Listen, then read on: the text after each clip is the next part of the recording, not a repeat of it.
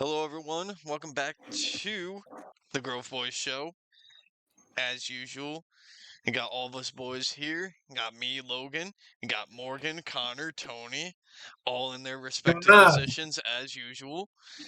And you can see that, at least 3 out of the 4 of us, I don't know what's going on with Morgan down there, but we got the Lions gear on tonight. Because what we got going on tonight, for those of you who aren't aware, we have the NFL draft going on right now as we speak. Ooh, Roger boy. Goodell is up there at the podium giving his little talk. I can't hear whatever he's saying because I got I'm sure he's getting. headphones on. I'm sure he's getting booed right booed now. too loud. Yeah, Oh, for sure. I was just about to For say. sure. I'm sure he's getting booed. You knew what you Logan, you have the volume on? I do, but I No, can't. I I don't. can't hear what he's saying. Make sure that it's not recording, like the recording isn't getting the volume from the draft.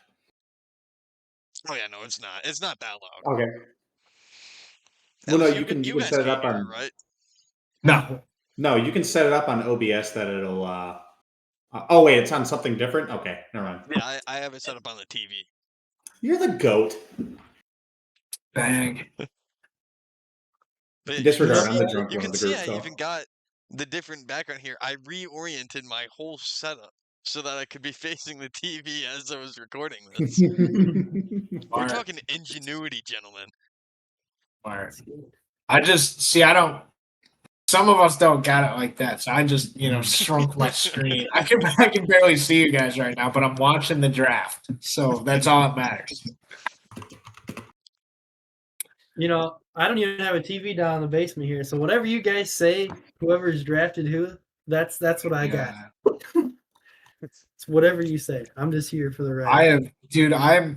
Recent years, I've been so into the draft, like so into it. This year, I've kind of taken a step back just because I'm so busy with everything I got going on in life. Yeah. But Dude, I will say like the draft holds a special place for me because when it was in Detroit, that's where Connor and I were buddies. That's where Connor and I truly became friends. Was the NFL draft when it was in Detroit. I'm pumped for the draft.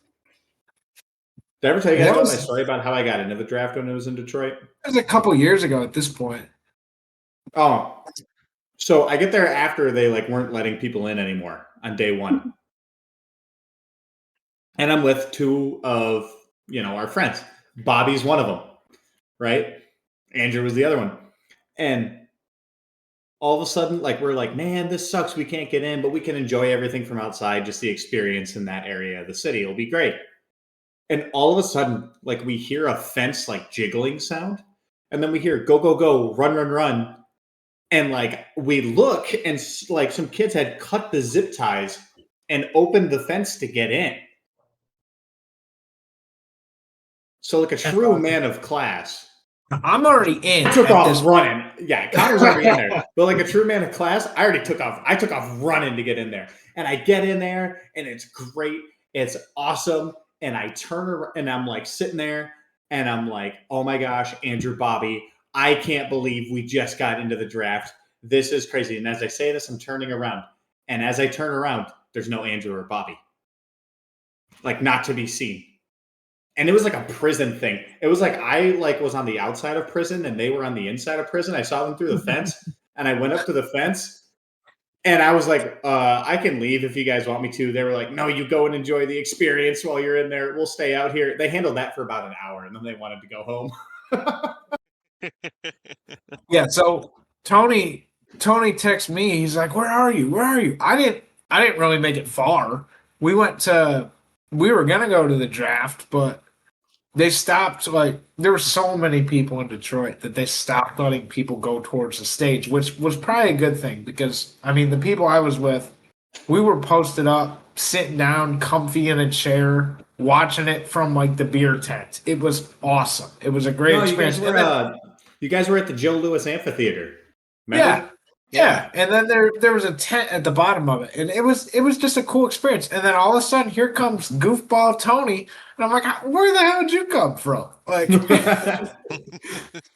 was you're not going to believe how I got in here. Oh, it was great. It was a great time. Wild. All right. So is Fernando going number one, guys? Is he Yeah, going dude. number one? Without a Vegas, doubt. Vegas is on the clock right here. I would bet my bottom dollar that Fernando Someone, goes. dude, Like, he and rightfully so though, right? Like he earned that number one overall draft pick with his performance at Indiana, right? Heisman winner, right? He won the Heisman, didn't he? He won the Heisman, won the Natty, and like Yeah. won the first national championship for the losingest program in the history of college football. That kid earned the right to be the number one pick by far. There's no way he doesn't go here. The camera's panning on him and everything. Well, it's a team that needs a quarterback too. Right. What are you talking Granted- about? They have Kirk Cousins. Kirko Chains. I do want to talk about Kirk Cousins being there, real quick on the topic of Fernando Mendoza, because I was talking with one of my buddies in my good old history methods class about the fact that they have Kirk Cousins now and are likely going to draft Fernando Mendoza. And from the sounds of it, what my friend was telling me, he was saying that Fernando Mendoza would prefer to sit behind Kirk Cousins for a year and just let that play out, let Kirk Cousins be the role model to Fernando Mendoza, and let Mendoza develop. My question to you guys is, do you think that is the best course of action in the case that the Raiders do draft Mendoza? Or do you think Mendoza should start day one? Don't start at day one. If you're spending a first round, like first overall, you better start. Like, what are we talking about here? I think everybody, if you're drafted in the first round, you should start day one, unless you have an injury. But like, first round picks are like, you need to make an impact, or else I'm not going to pick you. I think it's totally okay. I think it's totally okay for them to say, like, we're gonna like sit Mendoza behind Kirk Cousins and let Mendoza really learn the game. Because, dude, I think in recent years, like, what are some like first round drafted quarterbacks that like are good in the league? Jared Goff. Like, not everyone's gonna be a Jared Goff, right? Like, not everyone's gonna be Cam Ward. Like, as crappy as the Titans are, I think everyone gives credit Cam Ward as like the lone bright spot on that team, right? Not everybody's going to be that. We've seen way too many of those first round quarterbacks not work out because they started too early and the game was too fast and the players were too big and they freaked out. Like, dude, the Raiders, the greatest quarterback of all time didn't. This? Mm-hmm. Oh, sorry, Tony. Go ahead. The greatest quarterback of all time. I get it. He was drafted in the sixth round, Tom Brady. But like, he even has said the best thing that could have ever happened to him was playing behind Drew Bledsoe, behind a veteran for a year, because he really learned how to play the game more at that point. So I am totally in support of the Raiders if they want to do that. And can we talk? Aren't the Raiders a team we want to be good? Don't we want that team to be good? Oh. Come on, dude. Dude, the old school. About the Raiders, dude. I don't care. They're terrible. Yeah, the Raiders are just a team that for me kind of exists, and I couldn't really care less about them. Oh my god. Dude, a famous Michigan sports team based their entire personality on the Raiders. Morgan, you said something I couldn't hear you very well. The Bad Boy Pistons.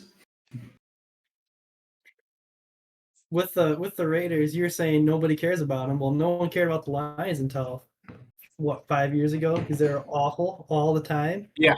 So it doesn't take much. Nobody outside of Michigan that is really true. cared. That's very true. You couldn't. I bet you people that's people would always say. Maybe they still say it, but like now it's not like that anymore. There's some expectation. Dude, they keep showing the replay of that Fernando Mendoza touchdown in the national championship.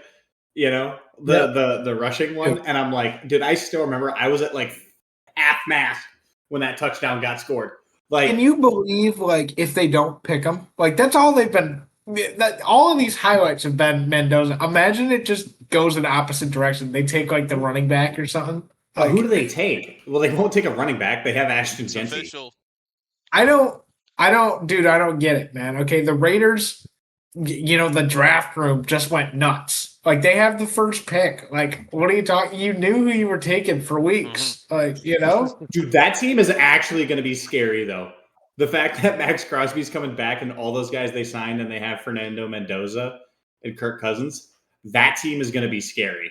And especially in the second half of the season after, Kirk Cousins does his inevitable, I'm actually like just a journeyman quarterback and I probably shouldn't play in the league and I'm only hanging around because I need a paycheck, as typical MSU players do.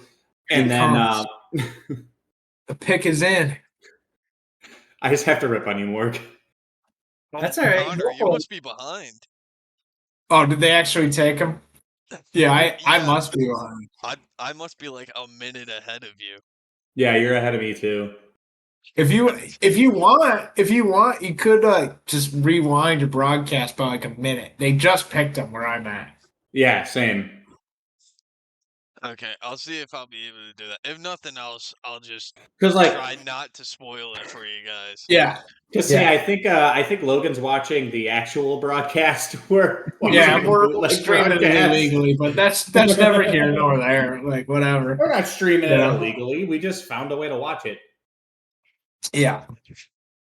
I think Megatron's announcing our pick tonight. By the way, he is. I saw that. Who is? Megatron, Kelvin Johnson. So that's pretty cool. Do you guys think we trade up? You think there's a world we trade up? What do we trade away? Well, we have a second. We can give up a second and maybe like move up to 9 for like I don't. The only guy I'd want to move up for is Caleb Downs. At this point, I think we need a safety. I think that guy's a freak athlete. If he's there at 10, I could see it, but I don't think. I think he goes. You have to trade your first round pick with that. Well, right, but we would trade 17 and like 50. I think we have pick 50 in the second round to move up from 17 to 9. Is what I'm saying. What they have no thirds or no fourths this year. No third. What are you sipping on, Coors? Coors, yeah, dude, get a load of this. So I went to Aldi. Those of you that don't know, Aldi's like I'm gonna call it a Midwestern thing. It's got off-brand everything, right? Looking for Diet Coke. Ended up with this beauty right here, Summit Cola Diet. All right, it was like $2 for 12 of these things. It tastes identical to Diet Coke. It's awesome.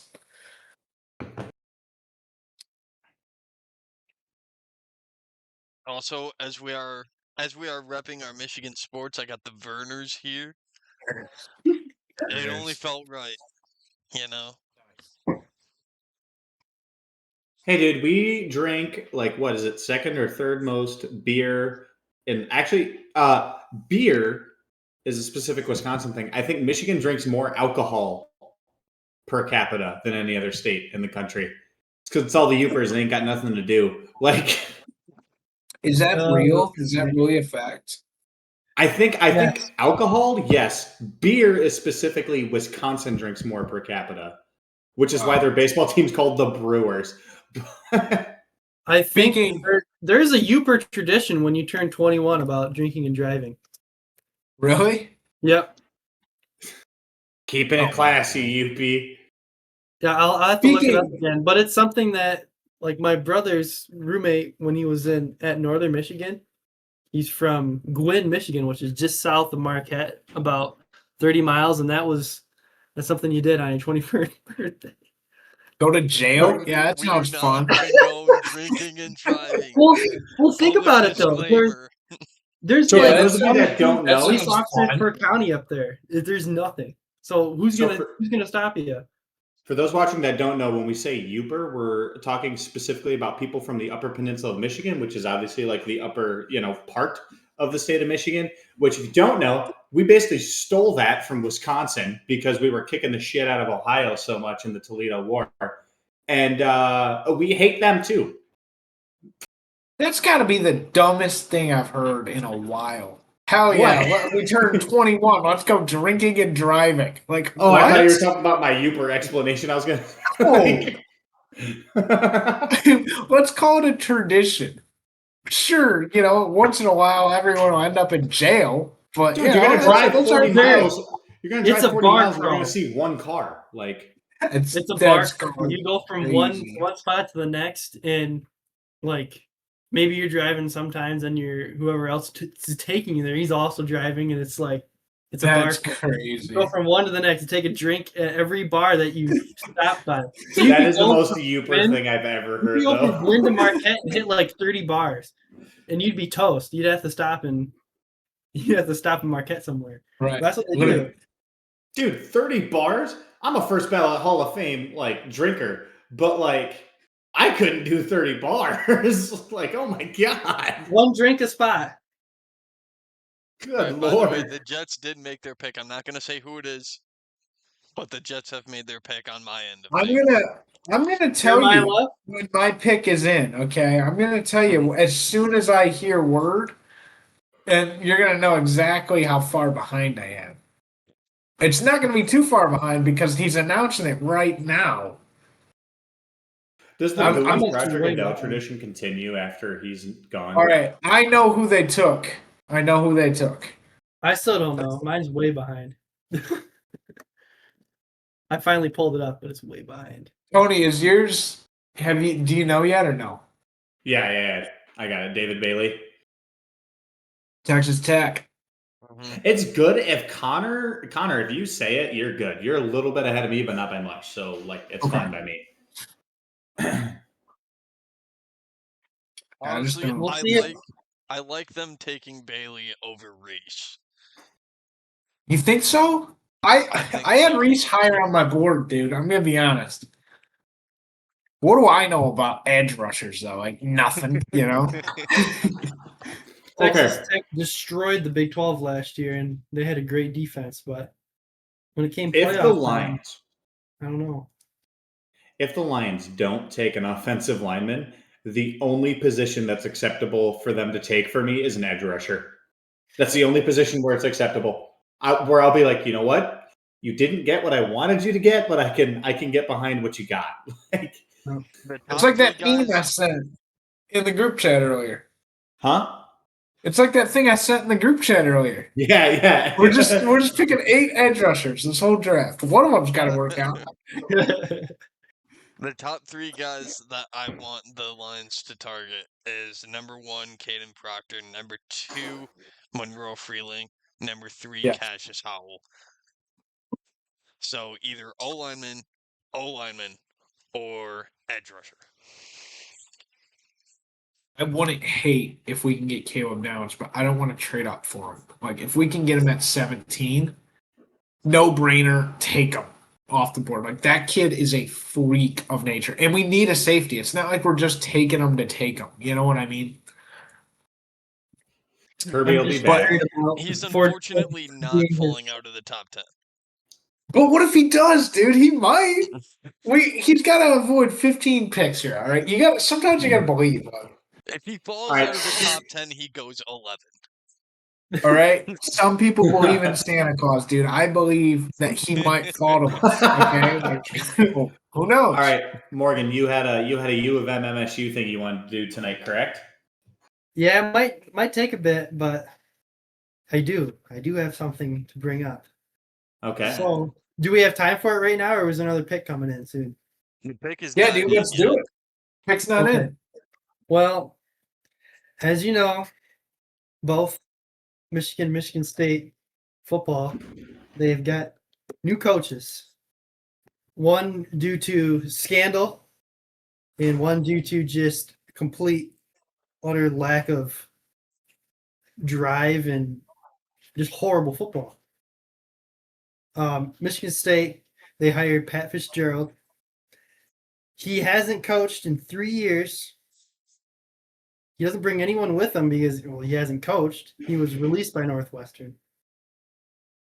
In Michigan, they hired Kyle Whittingham, which that's from the Big 12 now, which is it's still a Pac-12 team in my mind for Utah. What do we think about that? Who got the better hire? Michigan. It's got to be Yeah. Michigan, right? I think it's got to be Michigan.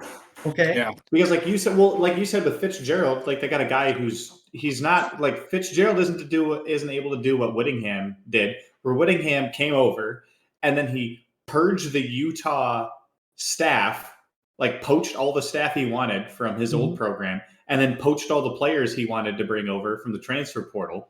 Mm-hmm. Like Whittingham's better, and also Michigan just needed that like stabilizing adult figure in the room. Like Whittingham, the bigger thing isn't even the fact that he comes from a successful program.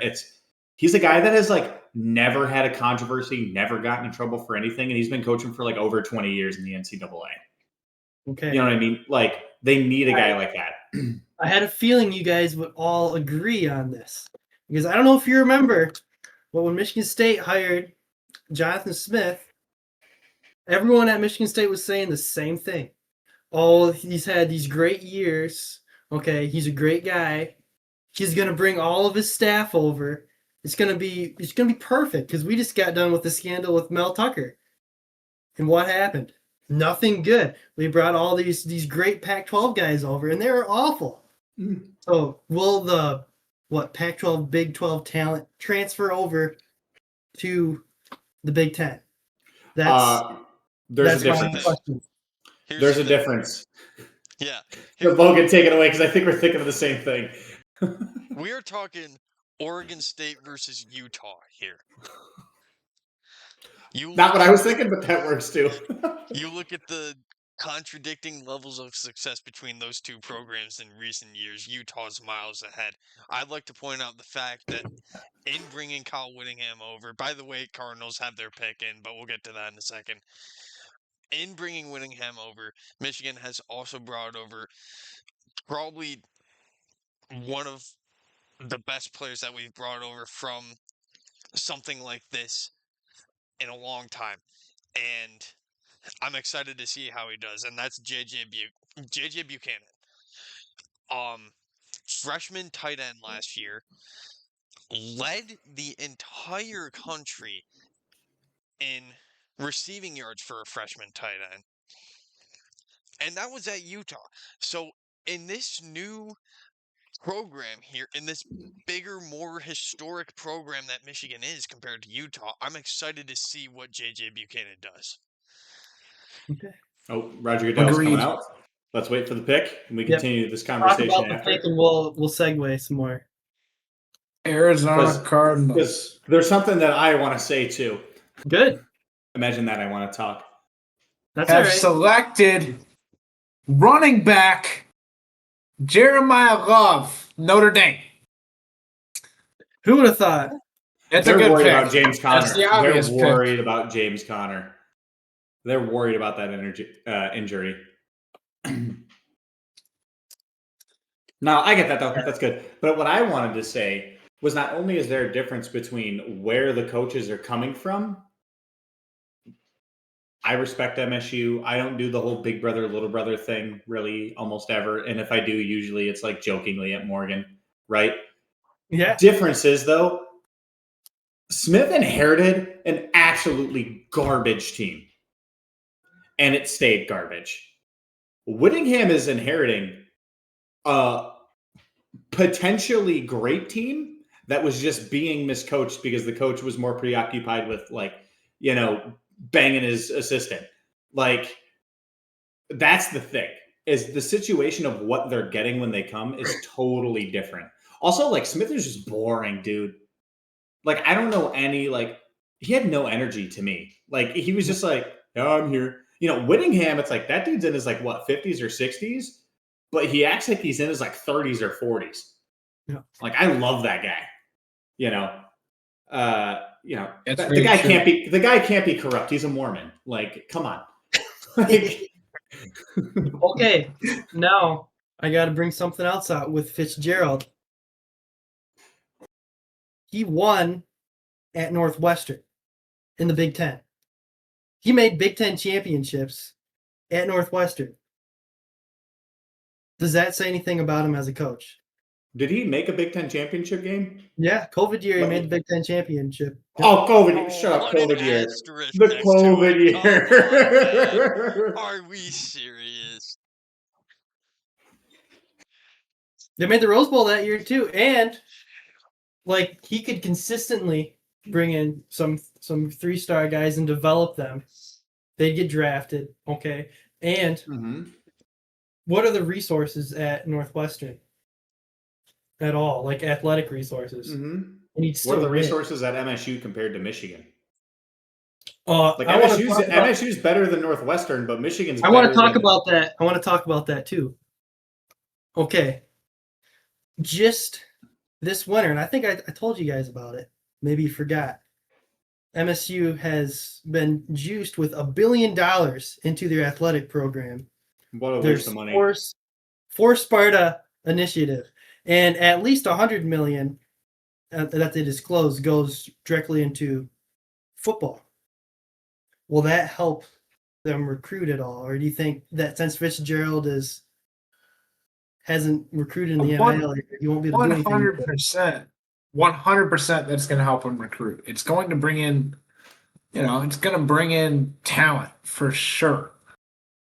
But I still don't think they're going to be able to compete with Michigan next year, no matter how much money they spend. I just think it's the rivalry. Not right off the bat, but trust me, give it time. Like Fitzgerald is a great coach. Give it time, like that could become a competitive, good rivalry. And I would think, even as a Michigan fan, I would love to see that. Right? Like we had those years where Michigan State trounced Michigan all the time, and it was just kind of boring. And then awesome. Now we've rotated back to the point that Michigan's kind of killing Michigan State every year, and it's yeah, I watch the game, but it's when Michigan State, when it's not both teams are good. It's boring because it's you know what I mean? Because that's not a rivalry where the lower ranked guy usually pulls something crazy out. I'll tell you what, though, it's still fun beating Michigan State. Yep. Watching Morgan cry. Well, last year both teams were bad. Great joy. Wait, what did you just say, Morgan? Last year both teams were bad, and it was actually quite close. It was horrible. Hey, Michigan wasn't bad. You guys lost to UCLA, okay? Yeah. Well. For Michigan teams, that was a bad Michigan team. Yes, and it sucks as a state fan to see, we have this much of a dumpster fire out there. We can't do anything. Okay. So no, I get what you're saying. In terms of Michigan standards, that traditionally was not a great Michigan team. Yeah. Right. Michigan State was a slightly below average Michigan State team. That was probably one of the worst Michigan State teams I've seen in my life, Tony. They were horrible. Well, your quarterback doesn't ever know what he's doing. Thank God he transferred. The best thing that could have happened to Michigan State was he transferred. We'll see. No, we had no offensive line because they kept getting hurt, and they're bad anyways. But no, dude, it's kind of it's like any rivalry, right? I want MSU to be good. I want Ohio State to be good. It feels better to beat them when both teams are good. Because then there's never the excuse of it's a bad year for us, which as a Michigan fan, I have said that multiple times in my life. You know what I mean? I've said that a ton. Yeah, we're bad. What do you want? But no, give it some time. Fitzgerald and Whittingham, that could be an iconic era of that rivalry. But and I think it'd be great. But we just have to give it time. Michigan just has an advantage from being Michigan. I know that sounds stupid, but the Titans are about to pick number 4. Tony, do you want to announce this one? I'll tell you guys right now, this is a big pick. I'll announce it. Wow. All right. Who do they got? I mean, it's what they need. Tennessee drafting an Ohio State receiver. He's going to be overrated like every other Ohio State receiver has been. I'm sorry. This is not a good pick. They drafted Carnell Tate, Morgan. Okay. They looked. That's such a bad pick. They looked really I was going to say something when they panned to their draft room. There was 20 to 25 people in their draft room. I don't know if you guys were watching it. And maybe 4 of them looked really excited about this pick. The rest of them were just meh. You know, I it's I almost like they wanted the running back, and he just left. You know what I mean? I didn't even notice because I was too distracted by Robert Saleh's shiny ass head.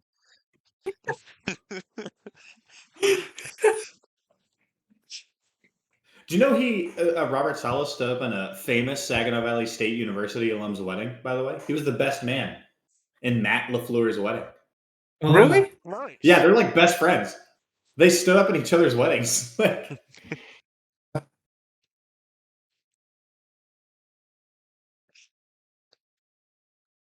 Dude, they're showing. On the topic of the Titans, though, and I know he's no longer the coach for them anymore, but Tony, you had brought this up before. Mhm. Mike Vrabel, former Titans coach, now Patriots coach. Mhm. The situation that's going on with him, and quite honestly, I don't know that much about it. It sounds like you guys know a lot more than I do. Thoughts on it? Connor, would you like to explain what's happening? It's been an ongoing thing for a couple weeks now. Connor. Did you say me? Oh, sorry, I had my thing was muted. Hey, my bad. No, you're good. Yeah, I don't know too much about it. I just saw a post the other day that said he was going to be missing day 3 of the draft. I don't know if it's Oh. changed to the first 2 days, but he's Oh. going to be missing day 3 of the draft. He trusts the Patriots organization to go ahead and make the proper picks and do what they need to do. But I can he's explain got the his whole own situation. yeah he's got his own thing going on with the whole he's going to counseling because he's like cheating on his wife or something. I don't know too much about it. Again, Yeah. I'm So, do you guys probably know a Diana worse Rossini? Do you guys know Diana Rossini? She's a pretty popular reporter in the NFL world. Someone caught them with pictures, and I guess more pictures have come out from like previous years. It's bad. Yeah, they It's were really at bad for the Mike Vrabel. They were in a hot tub together, and they were getting kind of friendly someplace, and someone just yeah kind they of snapped were pictures. Yeah. they were at the Coldplay concert. I don't know if you guys heard about Oh my that. Out on the god. jumbotron. But no, like they were in a hot tub together, and it's like it was pretty bad. They're both married. It's kind of weird because Diana Rossini like shits on her husband a lot when she's on TV. So people were like, "Yikes!" And it's weird because like Mike Vrabel has always seemed like such a good guy. Um, and I guess another person has released pictures from a couple years ago of like them kissing, which is like bad. And then like people also think it's kind of weird that her oldest son is named Michael, which like he fits into the whole timeline of cheating. It's just weird. Look, this is my opinion on it. It sucks. It's character flaws in Mike Vrabel, which is a guy that as I was a fan of and I respected a lot as a head coach in the NFL. Here's my thing. Let this guy handle his business and let her handle her business. That is like a mistake that they made in their personal lives that I have no business dissecting and paying attention to. I don't care. I'm a fan of the NFL. I care about how his team performs and how he coaches his team, right? This isn't like Sharon Moore, what we referenced earlier, where that directly impacted his coaching. This seems to have never impacted Mike Vrabel's coaching. He's a guy who made a stupid mistake. I'm not justifying it. I'm not saying it's right, but that's none of my business. And like, I just wish the best for this guy and Diana Rossini and their families. And I hope everything works out for all of them, in the best way. It'll be tough for all these families involved. It's ridiculous to me the way that like you can tell there's no actual NFL news because this is like the big news story in the NFL lately. And it's like, honestly, I don't care. It's none of my business. Like, I don't know. Are you guys like on the same like, way of thinking as me on that one? Yep. I don't Yeah, care at all. I think like yeah, generally speaking, not just limited to the sports world, but when it comes to celebrities in general, like this is not the kind of stuff that we need to be honing in on. Is it bad? Yes. Right. But like at the same time, like you guys are saying, it doesn't directly impact us. It's none of our business. But I also kind of want to tie this into the whole aspect of celebrities as role models. Something that I've never liked ever. And I'm not saying that many people are out there using Mike Vrabel as a role model. I'm sure there's a decent handful out there who are aspiring football coaches who look to Mike Vrabel, especially over in the New England area. But when it comes to celebrities in general, you cannot rely on them as role models. And certain celebrities, I think, transcend that status. But yeah, like there's certain celebrities that it's like you need to like I knew keep you it would be the together. one to say something, Mr. Shohei Glazer.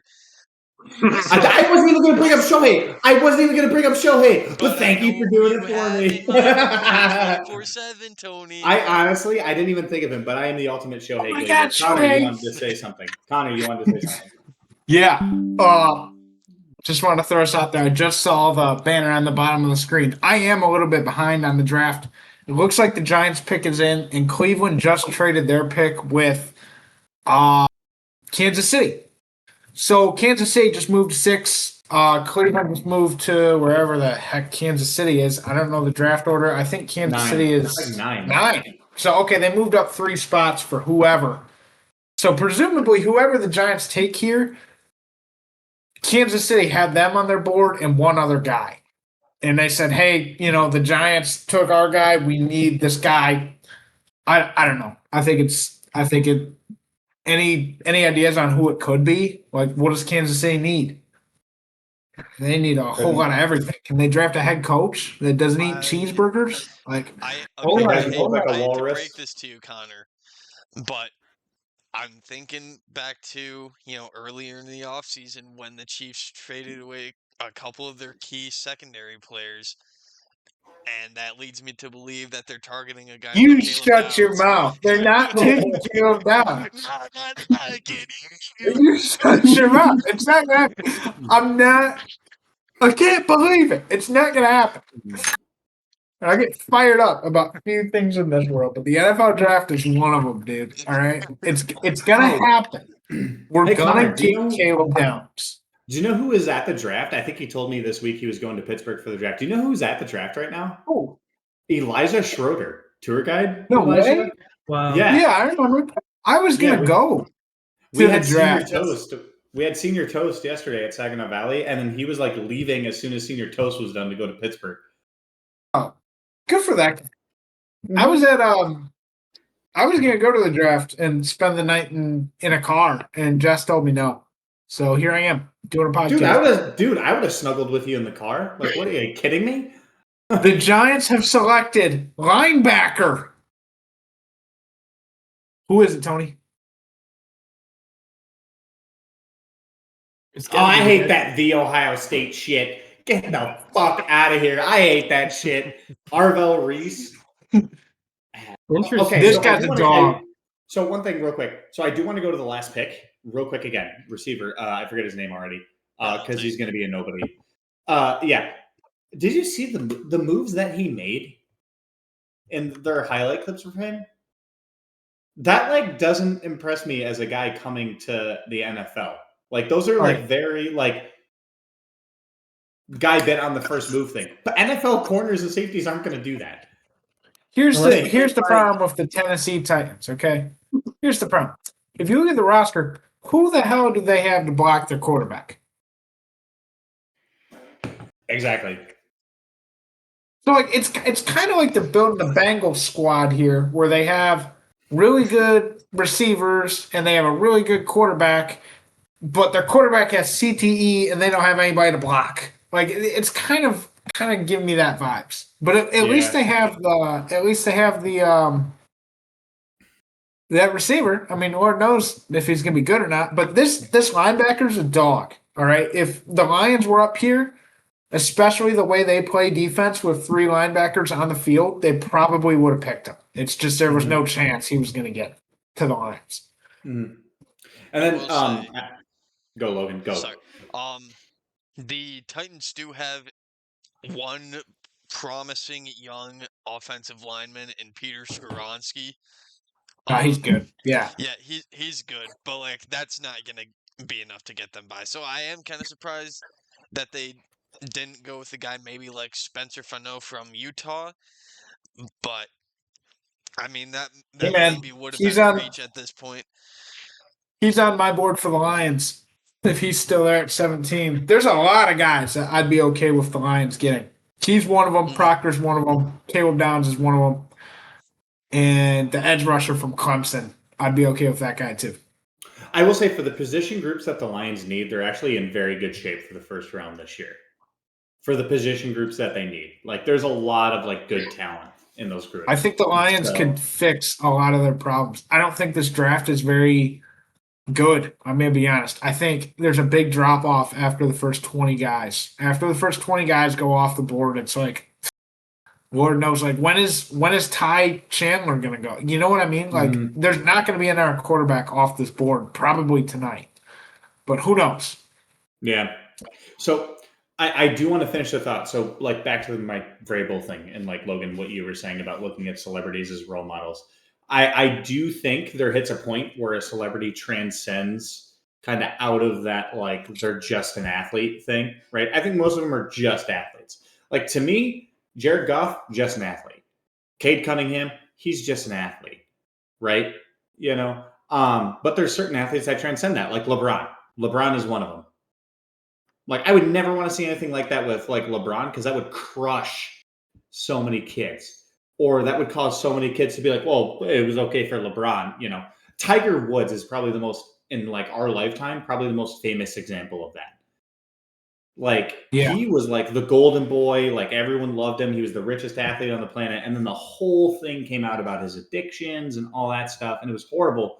I will say that made his 2019 Masters win actually amazing to watch because it was this great comeback in a person's life. Then he rolled 2 more cars since then. You know, dude, hire a driver, Tiger. Tiger, hire someone to drive for you. For the love of the game, dude, he's a Youper. It's a tradition, okay? Like, what do you want? But you know what I mean? But like, I'm sorry, Mike Vrabel is not one of those guys. He's not like, you know, Tom Brady's one of those guys. I'm gonna cut you off, Tony. It's showing on the guys. screen. The Browns received pick number 9, a 3rd, and a 5th. So it cost them a 3rd and a 5th to move up 3 spots in the draft. Wow. Is that a 3rd and a 5th this year? Yes. So if the Lions wanted to move up to like 9, they're probably going to have to give up 17 and 50, which I'm not okay with. I'd rather us move down and maybe acquire a 3rd round pick, to be honest. That's just me. How pissed off would Lions fans be if they don't make a pick tonight? If they Not me, dude. Not me at all. I'm okay with it. I'm okay with it. And dude, in Brad Holmes, I trust. Like that guy has never actually, I think, had a horrible draft. Bang! Logan, you hater! It wasn't Caleb Downs. Come on, man. He's still on the board. My bad. I had the wrong secondary player. That's not good because oh man, that's not good because he's obviously the next secondary player coming off the board. Yeah. Oh man. Tony, I do want to go back to your point that you were making about role models. And I feel like, you know, you make a good point. There are a lot of kids who look up to someone like LeBron James, model their game after him. I'm not saying it's a problem to model your game after a certain player.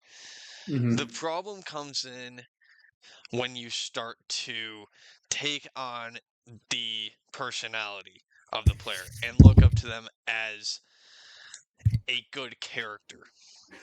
Because we don't know everything about a celebrity's life. We only know what they put out there and what the media puts out there, which is heavily regulated, by the way. Well, and like all I'm saying is like some players hit a point where they have to be a responsible person. They can't make those mistakes. They have like everyone has a responsibility not to do this, but because of the amount of kids that look up to them, they have an extra responsibility not to. So, dude, from personal experience for me, you know who that was for me as a kid? As much as I'm a Dodgers fan, the Tigers was still the team I had to watch the most growing up because I grew up in Michigan, right? Growing up, you guys have heard this story, I think. For me, it was Justin Verlander, dude. When I was a kid and I pulled a Justin Verlander rookie card out of a pack of baseball cards, I love that guy. He was great. He was my favorite player in the MLB, even though like Kershaw pitched for the Dodgers. I love Justin Verlander. And then even as an adult, man, it crushed me in 27, to find out that they cheated and Verlander participated in the cheating. It just crushed me as a fan of that guy. And I think he in baseball was one of those guys that like he had a responsibility to keep it together and not do stuff like that because you reach a point where it's not just like the kids from your state or from your area are looking up to you as a player. It's like there's kids across the country that are looking up to you at that point. Does that make sense what I'm saying? Like some players hit that point, like Kershaw was one of them with the Dodgers. Shohei's one of them with the Dodgers right now in baseball. Like Aaron Judge is one of them in baseball. Derek Jeter in baseball was probably the most iconic one. Like Derek Jeter really had a responsibility to be the golden boy. I mean, his nickname was the captain. I just think not to just hark on the baseball guys, but like some athletes hit that point, some celebrities hit that point, and they have a responsibility to keep it together. I don't know. Mike Vrabel's not one of them, though, is what I'm saying. Like, like it's just leave the guy alone. And even then, even if you're one of those people who like the kids are really looking up to and stuff like that, let the guy sort out his own problems. Let him turn it into something good. Like let him, again, like let him turn it into something good. Let it be an example of like, yeah, dude, you guys can make some big mistakes in life, but if you work hard, you can repair your life. You can move on in a positive way. And I think people need to let Mike Vrabel do that now. That's just my opinion on that one.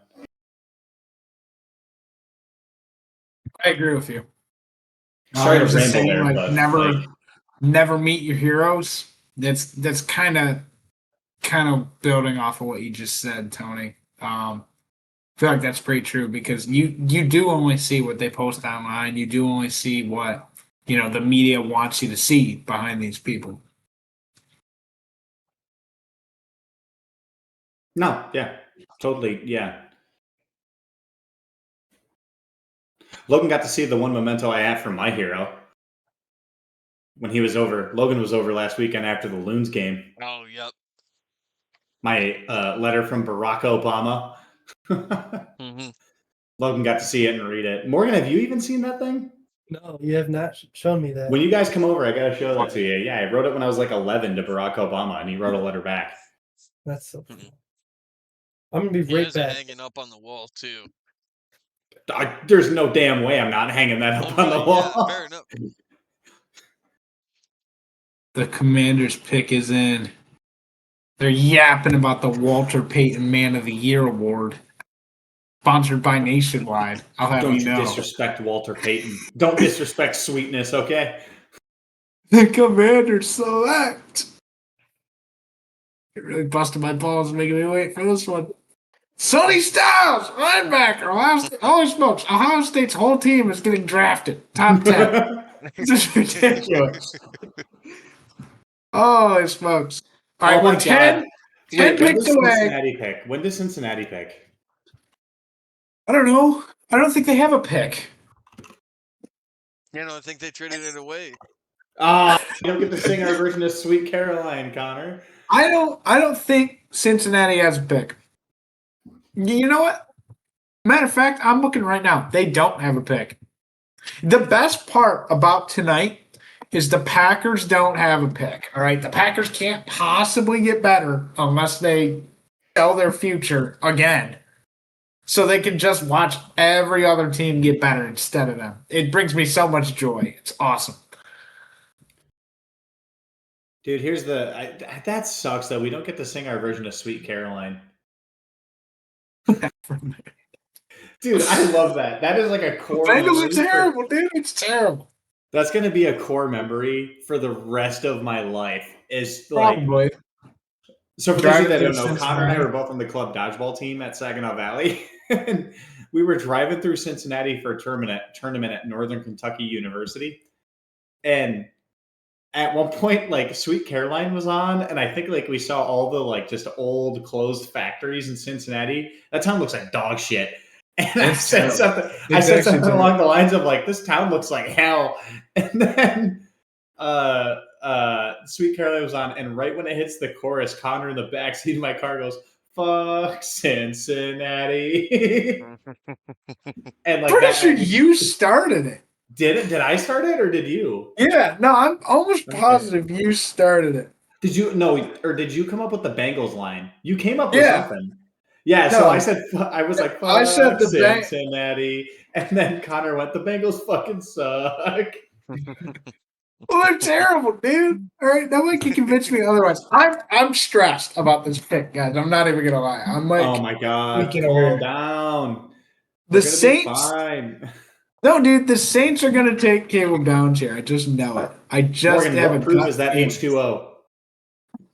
Proof? Jesus. What's the proof on that H2O? Oh man, 2 hydrogens. Dang, dude, you got that too There's two hydrogen. hydrogen. That's some pretty hard stuff. Holy smoke! We gotta be careful with that, man. Keep down in the whole thing. Oh man, I'm gonna be fired up now, guys. Oh, fun no, announcement, guys. The good news, as long as I don't royally mess up this next week, I am going to graduate college, by the way. Good for you. Yeah. That's what Yeah. I'm proud of. Remember how I started before all of you and 2 of you are done before me? Hey, I wasn't about No, to wait, bring it Connor up. and I started at the same time. Connor and I started at the same I time. wasn't gonna bring it up, man. I wasn't gonna bring it up. I'm still graduating on time. That's what I'm just telling people. Connor, I do Oh want my to say, God. I don't know why you're making it seem like the Lions have a realistic shot at getting Caleb Downs, man.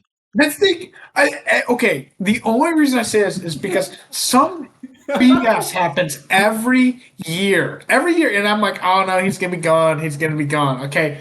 This year, I don't think he's gonna be gone, man. I really think it's a realistic chance. Like the other year, I was so sure Jalen Carter was gonna be gone by pick 6. Well, guess what? We didn't take him anyways. We traded down, but he was my guy, and he was there at 6. So The other Connor, year, with How- what? your thoughts, you want to get Downs, okay? yes. You want to throw a great DB out there on Ford Field. You think he'll really be able to Yes. survive? You think he'll survive with our luck with DBs? I think Yeah. it'd be a waste. I Yeah, honestly oh, think yeah. it'd be a waste. I'd rather have I- duds back there than what we've Okay. been What doing. about Maddox? So Would here's you my- rather here's my have thing. Devon Maddox? Because that's who we got right now, repping safety. Devon Well, Maddox. You need to have a good front seven before your DBs. If you can put pressure Kendall on the quarterback, Vildor, who you have dude. back there doesn't matter. Here's the as crazy thing. So if they get Downs, then your 2 safeties, best case scenario, are either Kirby Joseph, Brian Branch, or Kirby Joseph, The Caleb Downs. only Best case okay, scenario. Worst case the scenario, only you still have reason Caleb Downs. the only reason I want Caleb Downs is because he is a freak athlete. Okay, Yep. we play a lot of big nickel. All right, meaning we have 3 linebackers out there, or 2 linebackers and a safety, and then a free safety and a strong safety. So if you're running 3 safeties out there, I'm not going to run Kendall Vildor in the middle of the field. Okay, I'm just not. He's not good enough to play the big nickel spot. Okay, if we're going to have linebackers out there, and my choices are, I mean, Double A's gone. Alex Anzalone is finito. So our choices are really Rodrigo. We got Captain Jack, in the middle, Jack Campbell, and then we also have who's our linebacker? I'm blanking on somebody. We have somebody else. Ooh. Ah, man. Trevor Noah. I'm gonna pull up the picture. No, yeah, Trevor Nowaski. That's not what I'm thinking of. All right, Saginaw is there any Valley chance- legend Trevor Nowaski. He makes an appearance Okay. every episode, man. Malcolm Rodriguez, Jack Campbell, and Derek Barnes. Okay. We're all great, solid options. Usually 2 or 3 of them are on the field at once. If they're not on the field, we're running 3 safeties.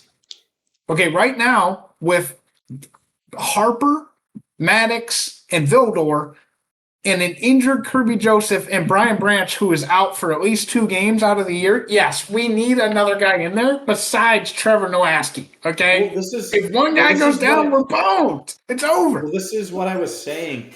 If they get Caleb Downs, best case scenario, your safety duo is going to be Caleb Downs, Kirby Joseph. You can move Brian Branch back to playing his one-on-ones at corner, and then you have Terrian. When does Terrian come back? Never. That guy should go down to the minors. He's terrible. No, here's my thing. Terrian is horrible at his one-on-ones, but that motherfucker is like statistically one of the best at blitzing, one of the best corners at blitzing. Like, are you guys seeing this right now? Ohio State Caleb Downs is the best available on the big board, on Mel's big board, whoever the hell Mel is. Yeah, well, right? He's going to drop. He's going to drop, dude. He's going to drop because of coaches like Morgan. If we just got to get through the Saints picks, the Saints might take him here. All right, but every other coach is thinking, let's take a big, ugly dude to fill the hole in the middle of the field. Oh, man, I just really want this guy, man. He's been really, I don't know. I just think he's a freak of nature. I saw the pick. I don't like how you're smiling. I don't like how you're smiling. Logan, message me on Snapchat. What is it? Hold on, dude. Don't spoil it for me. You'll see it in a little bit. By the time I text you, Tony, it would be showing up for you. I have a bad feeling, dude. Sweet Caroline's playing. Oh my God, it's killing me. Just tell me. What I bet. All right. After this pick, we want to do baseball? Sure. I have something else to bring up about Michigan State and Michigan. Okay. Gotcha. Then yes. Unless you want to just drop it. No, it's okay. There you go. I was sitting there thinking, man, the Connor delusion is going to continue. Oh my gosh! I don't know why Logan, you guys are treating this like a plausible situation. Logan, check Jordan your snap. Tyson, ASU. Picks away, Logan. Logan, I'm gonna send you something. You have to do it. Okay. Morgan, what you gotta say? Okay. With Kyle Whittingham, his number one thing at Utah is player development. Okay, and he was able, they somehow had the resources to keep players. They didn't use the portal too much, and they were able to develop them kind of isolated there at Utah. Will he be able to recruit in the NIL era with not having much experience? 100% he's at Michigan. That's my response. He's at Michigan. Yes, he'll be able to recruit. Okay. Yeah, 100%. Yes. You're just saying this is all it takes now? That's it? No, I'm just saying how that's a problem for other coaches. That's not a problem for a coach at Michigan. Okay. It's just not. And the crazy thing that I'm excited about Whittingham is Whittingham has turned his career into turning 2, 3, and 4-star guys into premier, great talent, both in college and pro. And I am absolutely excited to see him take the 4- and 5-star talent that Michigan's able to get. Yeah. Okay, the same question for Fitzgerald. Will he be able to do anything with what he can bring in? Because he's the same sort of guy with developmental. They're both from that earlier era. That's when they started their developmental coach. Yeah. It'll be harder for Fitzgerald in general because even though he's got the NIL money, I still think that players do look at the university they're going to in a sense, And you're an MSU guy, and that's totally cool. But if you're a football player and you're not committed to either team, right, in terms of fandom, who are you really probably going to pick, MSU or U of M? Yep. You know what I mean? You're naturally going to lean more towards U of M. Well, you'll naturally lean to whoever gives you the most money. The thing that's going to help Fitzgerald is, as much as Whittingham is a pretty healthy guy for his age, he's still getting up there in age. So that's going to be tough. But like Fitzgerald will be fine. MSU fans need to realize they're going to be fine. They're going to be good. They're actually in good hands with this pick. I was never a fan of the Smith hire. Mm-hmm. I was like, ooh, you did what you did with Mel. You picked the guy who had the one great season, and then we're like, yep, here's a big contract. And it didn't work out, My final thing. Okay. Year one records for each program, respectively. Right now, Michigan State, they're sitting at like projections 3 to 5 win season, like tops. That's where they're at. That's what all the sports bettors are saying. Yes. Are you kidding? Yep, 3 to 5 wins. And Michigan is like 8 or 9. That's what all the sports bettors are saying. What are your thoughts with that? When I saw Michigan State, I was shocked, but then again, it's been awful. I think both of those teams are definitely going to be capable of better than that. Michigan, I think, is going to be capable, even in the first year. Whittingham is going to be capable of being a playoff team. He did an amazing job of retaining guys when he came in, which, like, on a coaching change is like unheard of almost. Mm-hmm.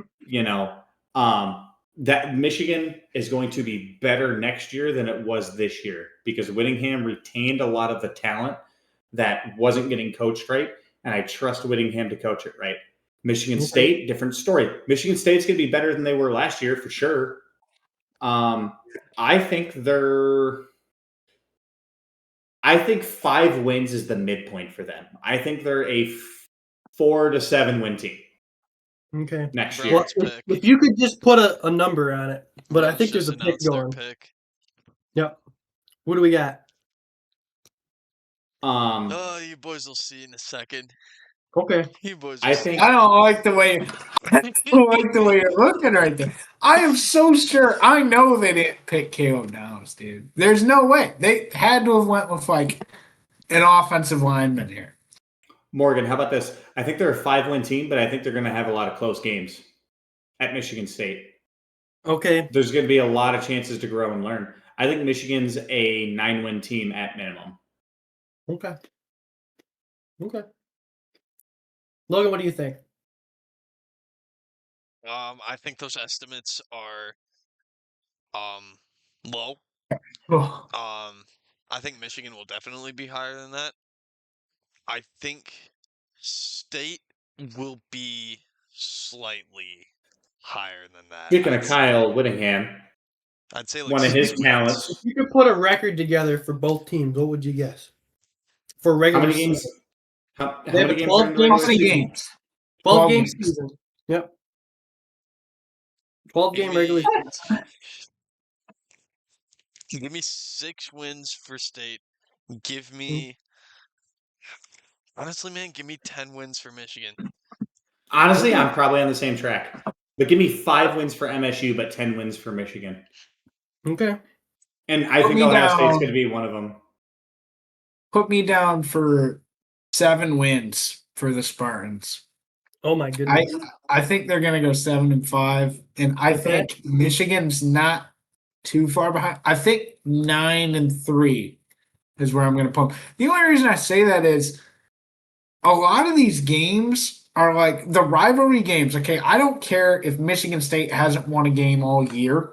When they play Ohio State and Michigan, it's like a different. They could go 0-11, but if they're playing Michigan in the last game, like they don't give a rip. Like they're going to give everything they have. And in the same token, if I have Michigan State winning that game, then I gotta have Michigan losing. I just think there's a couple games in the schedule like that where it could go either way just because of the rivalry. Well, I think Michigan beats both. I think Michigan beats both, like MSU and Ohio State. So the Giants ran up there. Okay. I'm going to give you guys a rundown. So, Fernando went 10. Oh, my gosh. No, sorry. Spencer Fando went 9 to the Browns. And then Francis somebody went number 10. They're both offensive tackles. They're both really damn good. That means 1, 2, 3, 4, 5, 6. We have to dodge 6 picks. All right? They can do it. It's possible. It's possible. Have you guys seen Oh, the dude, they're trade getting alert? Caleb Downs. Oh, Right no, I up. haven't seen the trade alert. What's the trade alert? Dolphins traded their pick to the Cowboys. Cowboys don't need a safety, do they? Yeah, I Yeah, the they do. Cowboys are going to take. They're I going can to take imagine it's somebody a on the priority. defense. It's a priority. There's Did you no- see No, how the horrible Cowboys are going to take an was edge last year? rusher. That's what they're going to do. They're Yeah, going to take an they're edge probably rusher going to take an edge rusher. because they traded away Micah. And they were What was starving. the trade? Did it show the details yet, Logan? No. Okay, let me make a drink and then we can get to MLB. Good deal. Keep talking about Michigan and Michigan State or something. I don't know. All right. Well, my picks for the records, I had Michigan State at 6-6 and Michigan at 8-4. That's I think pretty much where I got them. Just I think they'll lose to Oklahoma again. I think they'll lose Indiana. I think they'll lose to Oregon, and they'll lose to Ohio State. That's my thoughts. And honestly, with how good Western was last year, you never know. It could be a first game of the season Appalachian State game for them all over again for Michigan. That'd be beautiful, but it probably won't happen. We'll see. I cannot see Michigan losing to Oklahoma. No? For no other reason than we brought in one of their running backs. We'll see. yeah. I just know I'm the with fact Logan in that- this one.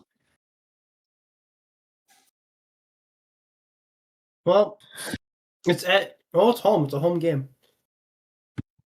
My goodness, tickets for that game are crazy.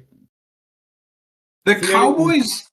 $40. Sorry, I'm back to the draft That's here. all right. That's fine. The Cowboys moved up one spot. They really must have thought that Miami was going to take somebody on their board. Yeah. But I don't know who this could be. Possibly be Caleb Downs, right? That would be a dumb pick. Might be.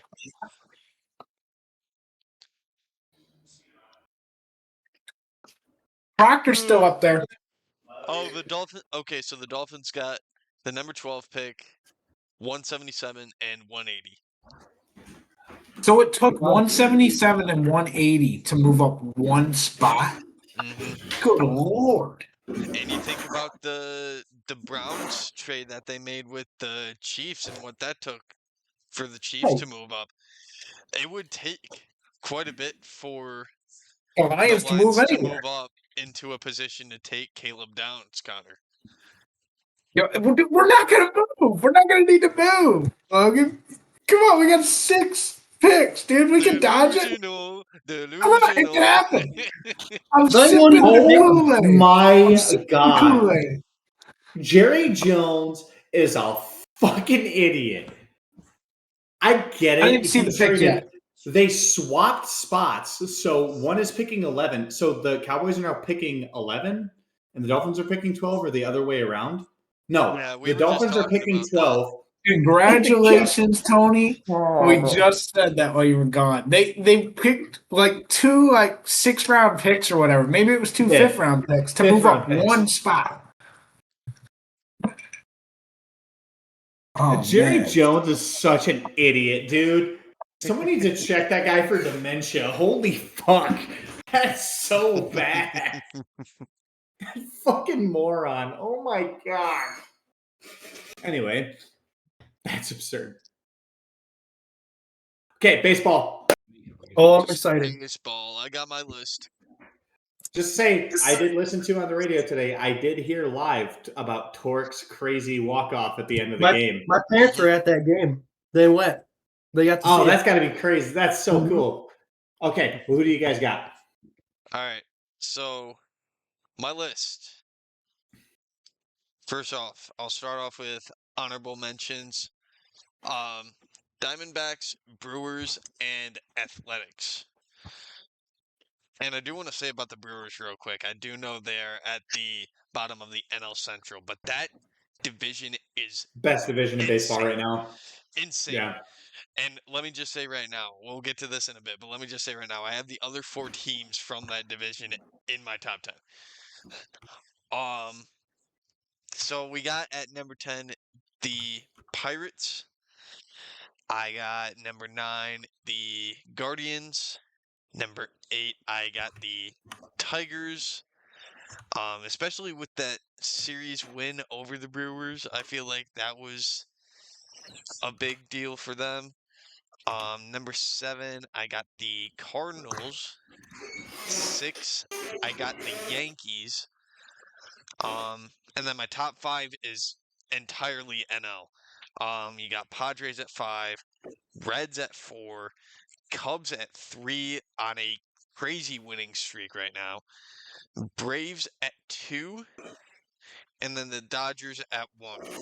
Which I will say about the Dodgers, I do know they lost that series against the Rockies, which is They split. not a They good split. look. Split it. They Oh, split sorry, it. They split split. it. Which still, splitting a series against the Rockies, not a good look. But this is going to be a minor setback for them.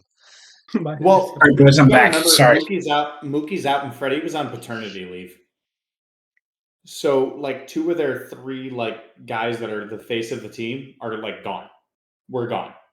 So, Freddie came back today. Well, we'll see. Anyway, Morgan, what's yours? Well, I did a top 5 and an honorable mention. My honorable mention was the Guardians. I completely disrespected them last week, so I'll at least mention them today. My number 5, same as last week, I have the Tigers. They split the series with Boston, which made me not put them up at all. They won their series with the Brewers. Torkelson's finally starting to figure out how to hit the ball. There was a lot of fans like saying, moving to Toledo. I'm just like, come on, you guys. It's He was early. the number 1 overall pick. Like, you Yeah, can't do I'm like, that. I'm like, what are we talking about? I just couldn't understand it. And well, here we are. I have them at Proud to 5. sell the Oh, hold up. pick. Hold up. Did they do it? Did they do it? They did the thing. I'm in shambles. How are they going to take our guy? Why wouldn't they do that? You saw how bad that defense was last year. They need somebody. All right, I'm sorry. Even Caleb Morgan. Downs is It's laughing okay. at you. I completely cut you off there. That's fine. That was I my don't care. guy. Now they'll have to get a offensive lineman, and that's just what they'll do. There's no other choice. Okay. Well, there's some edge rushers that are still out there, but like it's probably going to be an offensive lineman. Well, For what are you potential of talking what's about? They'll available. sign another free agent, washed up edge rusher, and we'll have more of the same. And he'll get injured in the Last first 2 couple of years. games, and Yep. know, yeah. Okay, All right. All right, I'm so back to your officially list. pissed. My number 4 is the Yankees.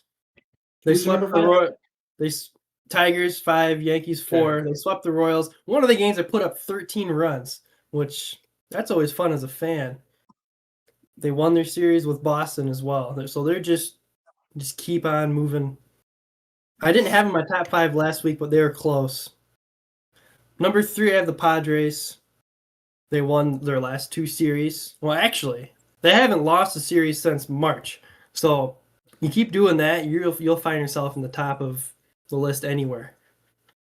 I probably should have put them higher, honestly. My second was the Braves. They won their 4-game series with the Nationals, swept the Phillies. They've won 7 of their last 8. They're having a great season. And I have the Dodgers, number 1 still. They split with the Rockies, which is not good. And aren't they losing a series to the Giants right now? They're gonna So- lose, they lost the first 2, but they won today. 3-0. So at least they didn't get swept. But like, if they have another week like this week, they won't be my number 1 team. But just with who they have, I can't not have them at 1. But eventually, if they keep playing like this, what they shouldn't, because they'll have their guys back. We'll see. We'll see if they can keep them at 1. So you're gonna Other be one- surprised by my? What were we gonna say, Logan? Talking about trajectory, Morgan, I could very well see if the Dodgers do continue on the path that they're currently on, and the Cubs follow along the same path that they're on, I could definitely see. Matter of fact, I definitely will have the Cubs at number 1 next week. Okay. If that's the case. All right. Connor, Now do you here's have a time top for 5 or Tony top to 10? get angry at Logan for that comment. That's Yeah, not I an got- absurd take. I got a top 5 here. I just kind of threw together. Okay. I'm gonna start at number 1. I got the Braves at number 1 this week. They've been playing really good as of late. The Dodgers have kind of just come back down to earth a little bit. I got them at number 2. Not super far behind the Braves, but I think Atlanta's kind of a front runner right now. Got the Padres at 3. This could interchange 3 and 4 here. Number 4, I got the Yankees. I could see the Yankees being 3. I could see the Padres being 3. But in my list right now, I got the Padres at 3, Yankees at 4. Kind of a curveball here at 5. But I think they've been. I don't know. I think they're outperforming expectations here. They're not quite elite yet. But I got the Pirates at number 5 here, guys. Thoughts on that? I mean, they're a little bit over 500. They've been playing really good baseball. Do you think they They're can be an great. elite team? They can. Their biggest obstacle is going to be the Cubs and the Reds. Yeah, For sure. yeah, I mean, they're in the best division in baseball. So that's going to be an issue. But right. so my top 10 with my 3 honorable mentions are the St. Louis Cardinals, Minnesota Twins, and Cleveland Guardians. I think like people also have to remember like the top part of the AL Central is also like really, really good right now. The bottom part is like not good at all. I think I have the White Sox and the Royals are both in my bottom 5. My bottom 5 is like White Sox, Red Sox, Royals, Mets, and Phillies. You guys don't want to No, pay Oh, the attention. pick is in. One rank there. no, Who got picked? no. Who got picked? Proctor's gone. No. Well, next best on the board. What do they get? Spencer Fano, probably from No, Utah. he's taken. He's taken. Oh, Mhm. never mind. God, we're cut. They're gonna be Sorry, okay. Tony. I'm No. outraged right now. Ever since I started No. pouring this. Ah, I don't know. They're gonna be okay. But yeah, my bottom 5 is White Sox, Red Sox, Royals, Mets, Phillies. The Mets and Phillies look absolutely horrible. Although White Yeah. Sox lone bright spot is Munetaka Murakami. Like he's batting .230 and half of his hits are home runs. That's a pretty good player. Like if I'll take that guy. Like you only bat .230, but half your hits are going to be home runs. I'll take that guy in my roster. You know, like he's far and away the rookie of the year favorite for the AL right now for me. But at number 10, I have the Brewers. Hold on, Good hold team. on. I got to cut you off. So you think he's above Dingler now, or not Dingler? McGonagall. McGonagall for rookie of the year, Yes. just My because only he's on the thing- White Sox, and because the White Sox are so horrible. He's your only. No, that's not it. So let me pull the stats up according to Baseball Reference, okay? Okay. Let me pull it up here. Kevin McGonagall. Okay. Kevin McGonagall is batting .322 right now with 1 home run and 29 hits and 90 at-bats. He's got a 1.7 WAR. Right? He's got a 913 OPS. Munetaka Murakami has 82 at-bats, 21 hits, 10 home runs, and he's batting .256. Yep. With an over 1,000 slug. Like, he's got a better OPS plus by like over 30 or over 30 too. Like, I will take that guy right now. Like right now, like I don't think that's super sustainable. Yeah, I was about to say the same thing. You know what I mean? Like we're gonna have to see how the season plays out because I don't know if Munetaka Murakami is gonna keep that up forever. But as of right now, Munetaka Murakami is the AL MVP or AL Rookie of the Year. What is Murakami's WAR right now? Just out of curiosity. His Or, WAR is sorry. 1. Yeah. Okay. His WAR is 1 because he's being held back defensively because he's not the greatest defender. So but- it is a very close race. I'd say it's close. Like it's not out of hand for either guy for sure. It's close. Yeah. But like, if you ask me right now, who would I rather have on my team, Munetaka Murakami or Kevin McGonigal? I love them both, but I'll take Munetaka Murakami because that dude hits home runs like every other hit. Like, like why wouldn't you take that guy? That's a guaranteed run every other hit. Right. Like, Right. you know, that's guaranteed at least one run every other hit, let alone whoever gets ahead of him gets on base. You know, like, but anyway, so number 10, Brewers. Number 9, Texas Rangers. I think people are sleeping on the Texas Rangers right now. They're looking what they were supposed to look like last year. Number 8, the Tigers. They have battled back from that very rough start. I told you guys, when the weather warmed up, the bats would warm up, and they have. They've actually been scoring runs. Number 7, Cincinnati Reds. Number 6, Pittsburgh Pirates. The Pirates are really good. Don't doubt them. Like, they spent a little bit of money this year, and you know it's showing. So, number 5, the San Diego Padres, the little brother to my Dodgers. The Padres are good right now. It's going to be like every other year. They're going to be good right now. They're going to fall apart later in the season because bad attitudes, bad behavior, whatever. Number 4, the Yankees. That team is a lot better than what people are giving them credit for right now. And then I think it's a clear top 3 in the league right now with the Cubs, Dodgers, and Braves. Braves are my number 1. Kind of crazy that I'm the Dodgers fan and I don't have them at number 1. I have the Braves. But yeah, dude. Braves are the best team in baseball right now. Tony, we have a very similar list. They're looking like what they were supposed to be last year, 100%. So yeah. Question for you, Tony. With you picked Texas over Oakland Athletics. What was your reasoning for that? The Rangers over the Athletics. The big thing, it's run differential. Okay. Because I was going to agree with you with that, but my biggest thing is the Athletics lost the series to the White Sox. So it's like, I don't care if you're number 1 in your division. You do that. The heck with you. I'm not. Okay, but they just played the White Sox, and the White Sox are like all of a sudden looking like they're going to get it together a little bit. So, but no, like in terms of run differential, the Rangers are plus 10 and the Athletics are minus 15.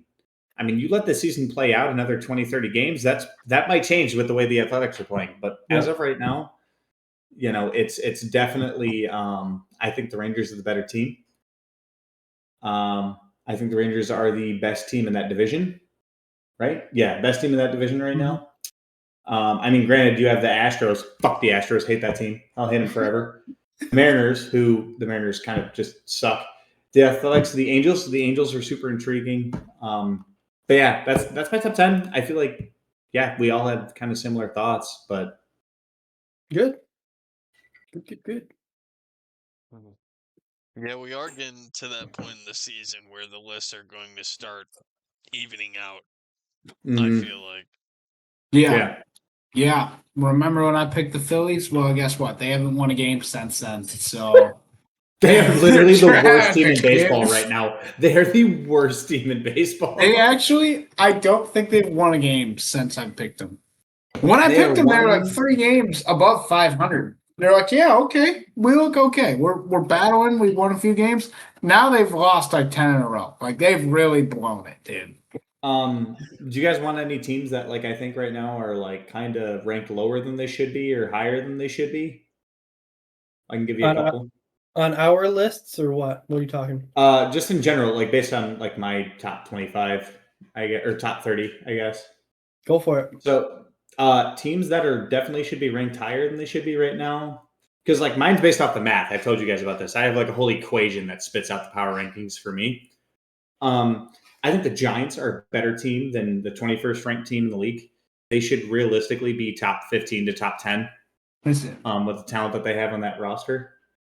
Who's another one? The Red Sox are gonna pull something together eventually. They're not gonna be that horrible. And then the Royals. The Royals, I think, are a much better team than what they're playing like right now. I mean, if you look at, they have Pasquatch and those guys that like played for Italy, you know, during the World Baseball Classic that like made a ton of noise. They'll get it together. teams that are ranked too high right now for what they are, I think the Reds aren't going to pull it together. Okay. I'll do that after. I think you guys will want to see the Rams pick. Guys, Okay. I'm actually in shambles about the draft right now. Okay, my two guys for the Lions just went. If Freeland goes here, like we have nobody. They've got picks. Well, if any of those picks go, they'll trade. T.Y. Simpson, Alabama? Really? They took a quarterback. Mhm. So this might be Whoa. Stafford's last year.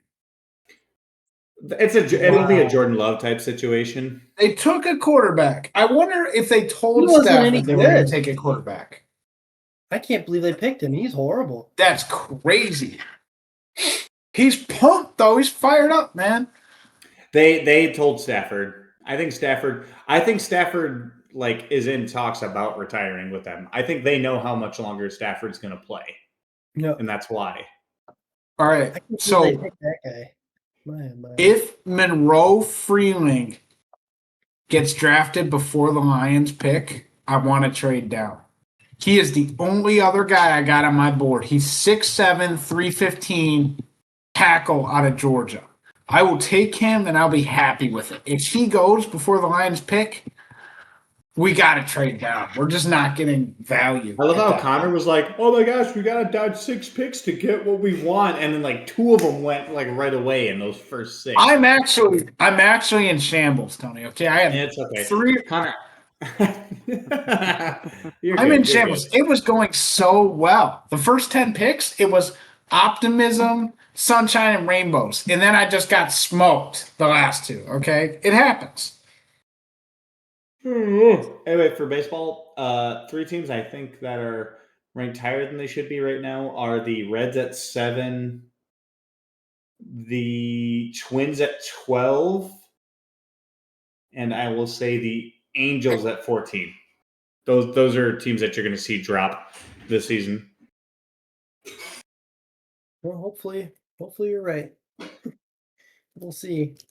Remember I last still week the can't believe Twins were they like, picked that guy. what was the last week? The Twins were top 4, top 5 last week. Now they're all the way down to 12. Like, Yeah, I also agree. I wouldn't have the Twins that high. I am curious to know, though, Tony, what is it that you see in certain teams that tells you, oh yeah, this team is gonna drop? with the Twins, it's chaos baseball. I mean, they're playing like that's not a sustainable thing. Just relying on absolute like just pandemonium during the game, like just crazy stuff happen. That's not sustainable in a 162 game season. That's not going to happen. Like we're already seeing that. That worked early season for them. It's not going to happen. They were relying on stuff like 30 degrees, 20-degree temperature games, to get stuff done. Like that's sorry, like that's not sustainable. As far as the Reds right now have a 500 home win percentage. They're winning half of their home games, but they're winning over 75% of their away games. That's not sustainable either. Like that's just not going to happen. Who is my other team that was going to drop? The more games that the Reds play away, like reversion to the mean, they'll start to lose. Yeah, and then the other one was the Angels. The Angels have a worse win percent at home slightly than they do away, but like the Angels just like I can't trust that team when their owner in the offseason came out and said, fans don't really care about winning. They care about their experience at the ballpark. That's why I don't invest in my teams. I can't trust your team at that point. Like you're not focused on winning. You're winning right now, and even then they're like top 15 and they're 12 and 14. Like sorry, like that's not a team I can trust. That's a bottom 10 team for sure. Right. Guys, I'm tripping. But you guys are Oh, talking they'll about be fine. baseball. They'll be fine. The only thing I'm thinking about is the draft right now. I'm not even gonna lie, dude. See, we gotta get the ability to live stream when we're like out, and we have to do a get together on a Lions game sometime this year at like a B Dubs. Yep. Logan has Dude, the in at the Saginaw B Dubs. Yeah, that'd be fun. The If we don't- Ravens took another guy that I would have liked to see go to the Lions, but you know what? It is what it is. I swear to God, if they take Monroe Freeman, dude, I'm gonna crash out. I'm actually gonna crash out, dude. Say it ain't so. Lamar Jackson runs around. They don't need an offensive line. They didn't take this guy. That's exactly why they need one. No, dude. Okay, they didn't take him. Okay. Oh, we're so cooked. If Freeman goes, man, we're actually so cooked. They'll This be is gonna be fine, so dude. chopped. Imagine how many good offensive linemen, defensive linemen there are out there that haven't been picked. They're fine. They'll be fine. Oh man, dude. Don't need to get all worked up. It'll be okay. Okay, can I say something that I've noticed in the draft? Sit. What? What is it with like Polynesians in this draft and getting drafted as offensive linemen? Have you guys noticed that? Or just linemen in general? Like, what the fuck? It's like all the like Pacific Island players are like kicking ass in this draft. They're really good at it. Jesus. What a beast. Okay, here's my problem. His highlights are all just tackling the other guy on offensive line. Like, which Good. like isn't gonna work out in the NFL because you can't just fucking tackle every guy in front of you. Listen, man. If Do you you need think a if he rush had- blocker, that's who you want. Do you think if he had 100 tries to like 100 Oklahoma drills, do you think he can get him down once? No. No. Neither do I. So it doesn't matter, dude. Like he's gonna knock somebody over, you know? No, what I'm saying is like all of his highlights are he's just so much bigger than the other guy. Like you're not gonna get that in the NFL. Like the That is NFL, like true. sometimes the other guy's gonna be bigger than you are. Like But from what I saw from his highlights that I was watching personally, he seems more mobile than the highlights on the screen are showing. I think he's mobile, but his like go-to seemed to be just kind of grabbing onto the other guy and wrestling him to the ground. When you're that like- big and you play lineman, I'll be right back. your whole thing is managing your weight. If you can manage your weight and figure out how to not get injured, you're gonna be an all-pro. You know, that's just how it works. A lot of these people, they get too big and then they fall weird or they get tackled weird and then they're just never the same.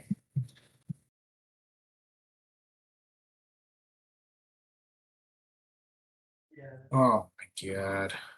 So, do you think the Lions re-signed Taylor Decker to a contract that works No, for dude, them? I think we would have done it by now. I think Taylor Decker just enjoys retirement, man, and who can blame him? You know? Who can blame him? I think I it mean, might I be do like, love Taylor Decker. That guy played his heart out for that team for years. Yeah, and he just never got rewarded, man. It's really a shame. It's just I think he got too greedy, man. His agent's like, no, you're worth this much, and he's like, I'm not taking anything less than this. And Well, I think really do think if he wanted to come back on a cheaper deal, he could make it happen. I just don't think it's feasible now. I think it would have happened by now, you know?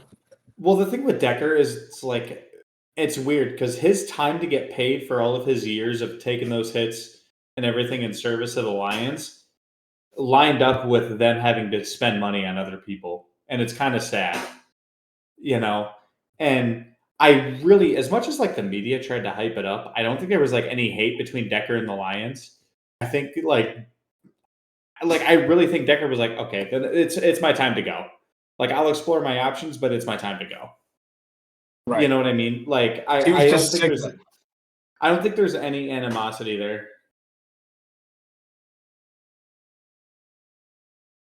Well, we're 3 Yeah. picks away till the Lions pick, unless they trade back, right? We're at 3 picks away.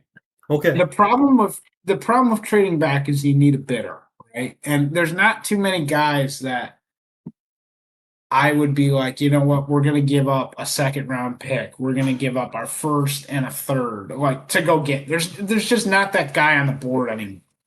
They must You know know? they're going to get. So what if they trade like their 1st-round pick and their 2nd-round pick for like a 1st-round pick next year with like a trash team? No. No, Like they need we players. need a starter. who's going to be bad next year? The Lions, if we do what you think. Yeah, 100%. 100%. Tony, we need in 17 right here, okay? Realistically, we either need Ruben Bain Jr. from Miami, edge rusher, or Monroe Freeling.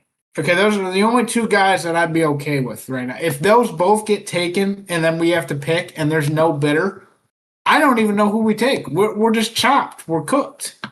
Well, I think the Bucks are going to take a receiver. I mean, Lemon is still on the board. I think the Bucks are going to take a receiver because they lost Mike Evans.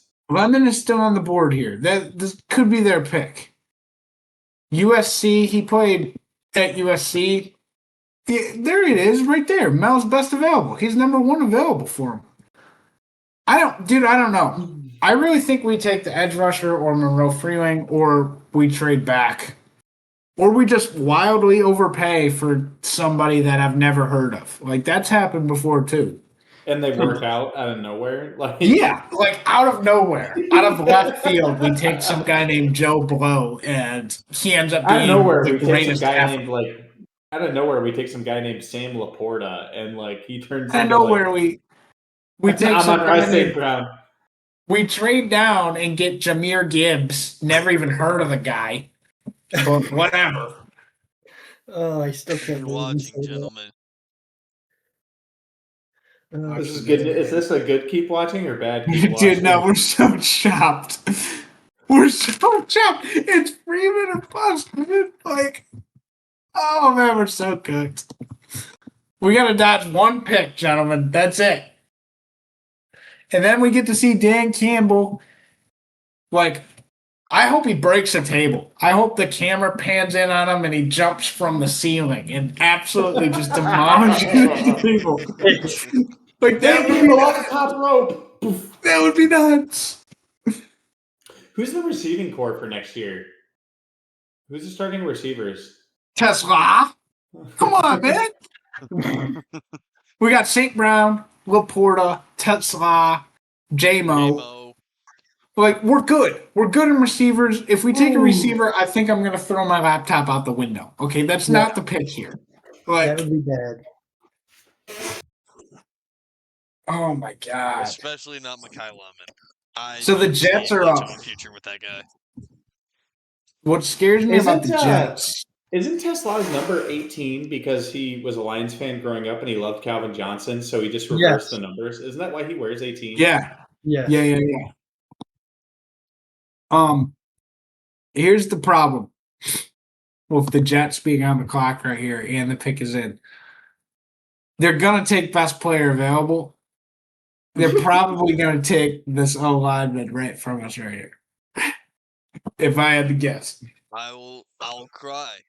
I'll actually cry. This is actually the worst draft ever. You're talking about the It's Jets making. You're talking about the Jets making a logical decision. Oh, you're right, dude. That Hold is on. your Who's the best- mistake. Who's the best kicker, dude? Let me see. The best kicker available. Yeah, dude, they're gonna I didn't trade. hate that David Bailey pick though. I thought that was a They're good gonna- pick for the Jets. Dude, yeah, that was No, a but good like pick. any pick in the top 5 is usually going to be like, that's a good pick. Like, You guys remember, it was like 2 years ago, I could not stop making fun of the Bears because they took a punter in like the 4th round, and I'm like, they're planning to fail. Like, why would you ever take a punter, dude? Like, ever. well, when your Oh head my coach God. is Matt Eberflus, like I'm actually losing my mind right now. All right. We need the Connor, Jets to jet here. After you lose your mind after the Lions pick, I have something else for us to talk about. Okay. And What's it related to? oh, it's a college football question about the SEC, but Okay. we'll get into it later. Unless you want to do it now. I know we're right on. It's crunch time. You might want to do it after the Jets pick. Okay. Well, that's fine too. Is the Jets pick in? Dude. Their pick is in. Because I can do it after the Lions. All right, I gotta go pee. I'm gonna return and watch them not draft Monroe Freeling. Dude, they better take Lemon, dude. Lemon makes a lot of sense here for the Jets because, they need offensive weapons. They could have someone opposite of Garrett Wilson. That could be good for them. I'm just trying to cope any way I can for them not to take an offensive lineman here. Don't worry, man. They'll take a punter. Will they? So what'll happen? I guarantee you guys, the Lions they'll pick somebody that you'll never heard of. We'll be googling who this guy is instantly, right when we get the pick. I will never forget. Me and my dad were watching the draft, and we took Frank Ragnow. And we took him like 5th overall or something. Everyone else they got highlights, they got everything, right? We take Frank Ragnow, and me and my dad are like, we look at each other and we're like, who the hell is this guy? And ESPN or whoever we're watching takes a commercial break. They didn't have any stats on this guy. They had no highlights or nothing. Everyone was like, who the hell is this guy? And he ended up being really good. So, yeah. I think oh for my you God. guys, the Don't Jets worry, pick boys. is about In to case come things out. go bad, I have a solution. I yeah. can't even. The pick is in. Here comes the Jets. Oh my God, please. Wouldn't it be cool if the Jets were just okay. Dig dirt ahead of me, remember? Screw it up. Do not screw it up, Lions. We're notorious for having to pick the in. first tight end getting drafted not being from Iowa.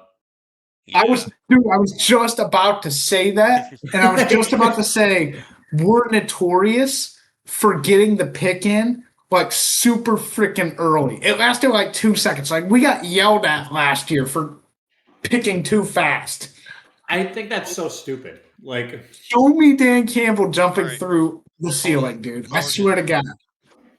What do you have to say? We'll just do it after the Lions because we're up next, Okay. right? We'll I mean, it will probably be we'll a let little this bit. stew. No. Okay. Just start it now.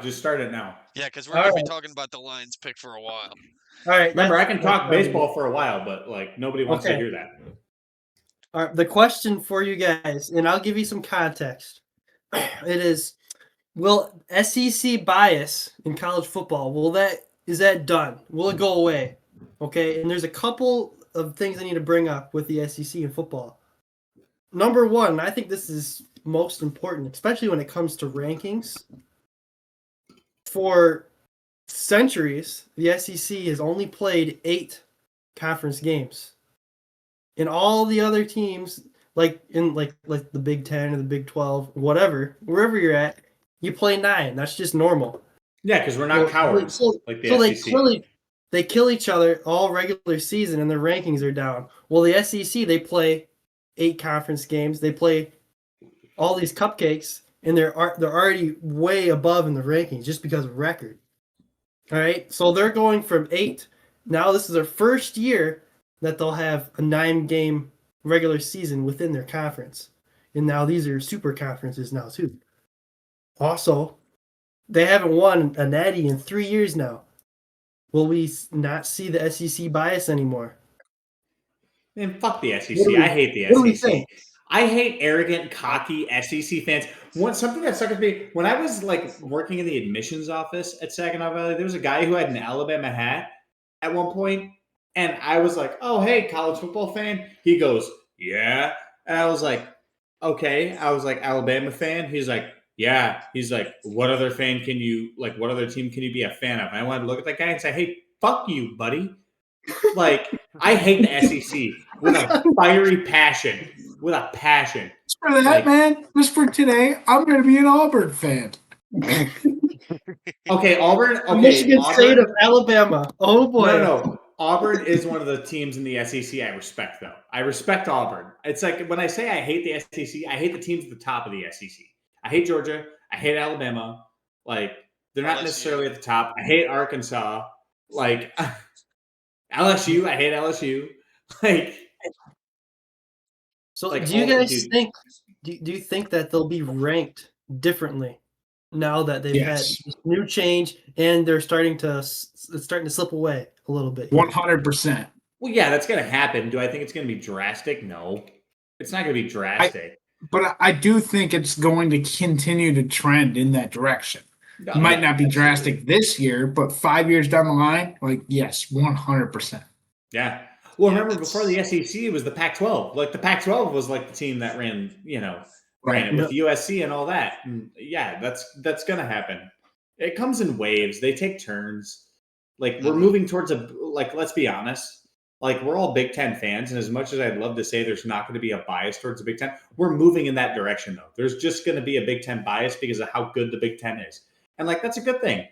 Like there's a reason there was an SEC bias. That division was ridiculous. Like they were ridiculously good for a while, and they had arguably the greatest run a single college has ever had with Alabama. Like the bias exists for a reason. It was deserved. We're moving away from it towards the Big Ten. The only thing I see is the SEC was dominated by Alabama during that period. The Big Ten, I think that's going to be spread out a little bit more. I think it's going to be overall the Big Ten dominates, but I think you're going to have your years where it's OSU. You're going to have your Michigan years. You're going to have arguably your Indiana years now. Like, will we ever have Penn State years? No. Are they just going to be the chokers of the conference? No, it's the curse of Jerry Sandusky. It's the curse of Jerry Sandusky. That's going to be around. Like, they got the whiteout though. Good for them. Penn State is living their curse of the Bambino right now with the whole Jerry Sandusky like touching kids thing fallout. Like, no, they're not core Big Ten, but I could see Oregon being a player. Oh, I actually want to see. Because nobody's ever thought of this. I'm going to go to the Epstein Library. I'm going to the Epstein Library. And I'm going to search Jerry Sandusky.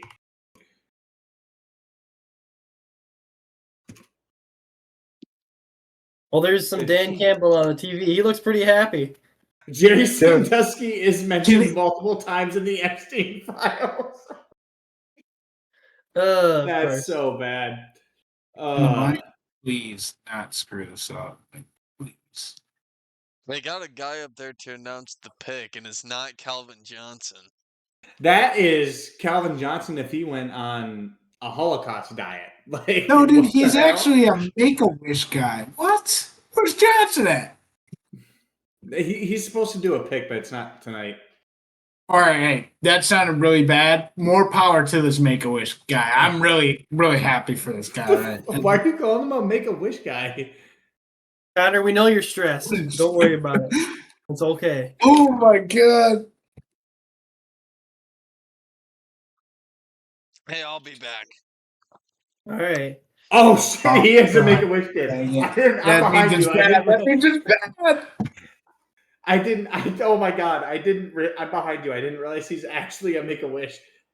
My bad.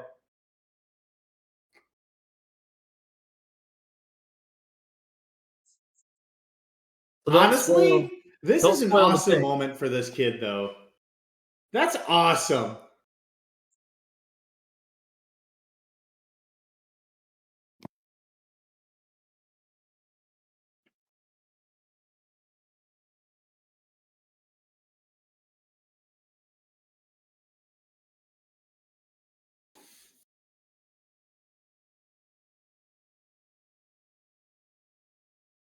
They didn't take Monroe Freeling. They took a different tackle. They took Blake Miller from Clemson. Oh, cool. I think he's really good. Connor is like depressed. And so is Logan. They're gone. Oh my God. What's wrong with this guy? Let's see. You could never say the offensive line was a problem at Clemson. It's been they haven't used the portal. See, Connor, I'm going to trust this pick. They took the position they needed. So He's if a they tank, took dude. That guy's huge. this is going to be my viewpoint of it, Connor. They didn't take the guy that I thought was best, but they took the position that was needed with the guy that they thought was best. So I'll trust it.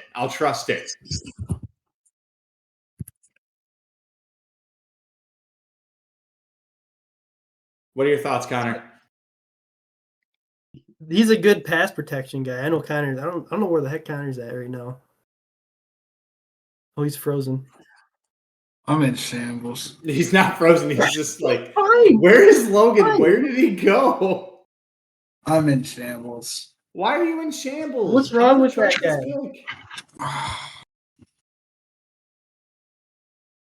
I don't know, man. Watch this. Watch this shit. Watch the Vikings take.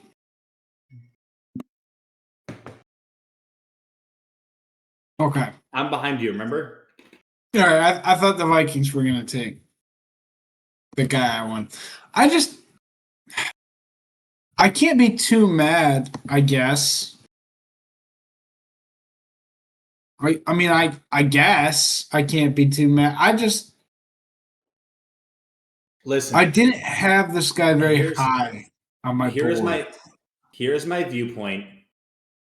The Lions did not take. I'll wait for Logan to get his headphones on. The Lions did not take they didn't take the player that I thought they would take, but they took the position that I wanted them to take. So I will trust it. I will trust this. I'm not a scout. I'm not a scout. And one thing I will say, Brad Holmes has never truly let me down. There's always something to the players he takes.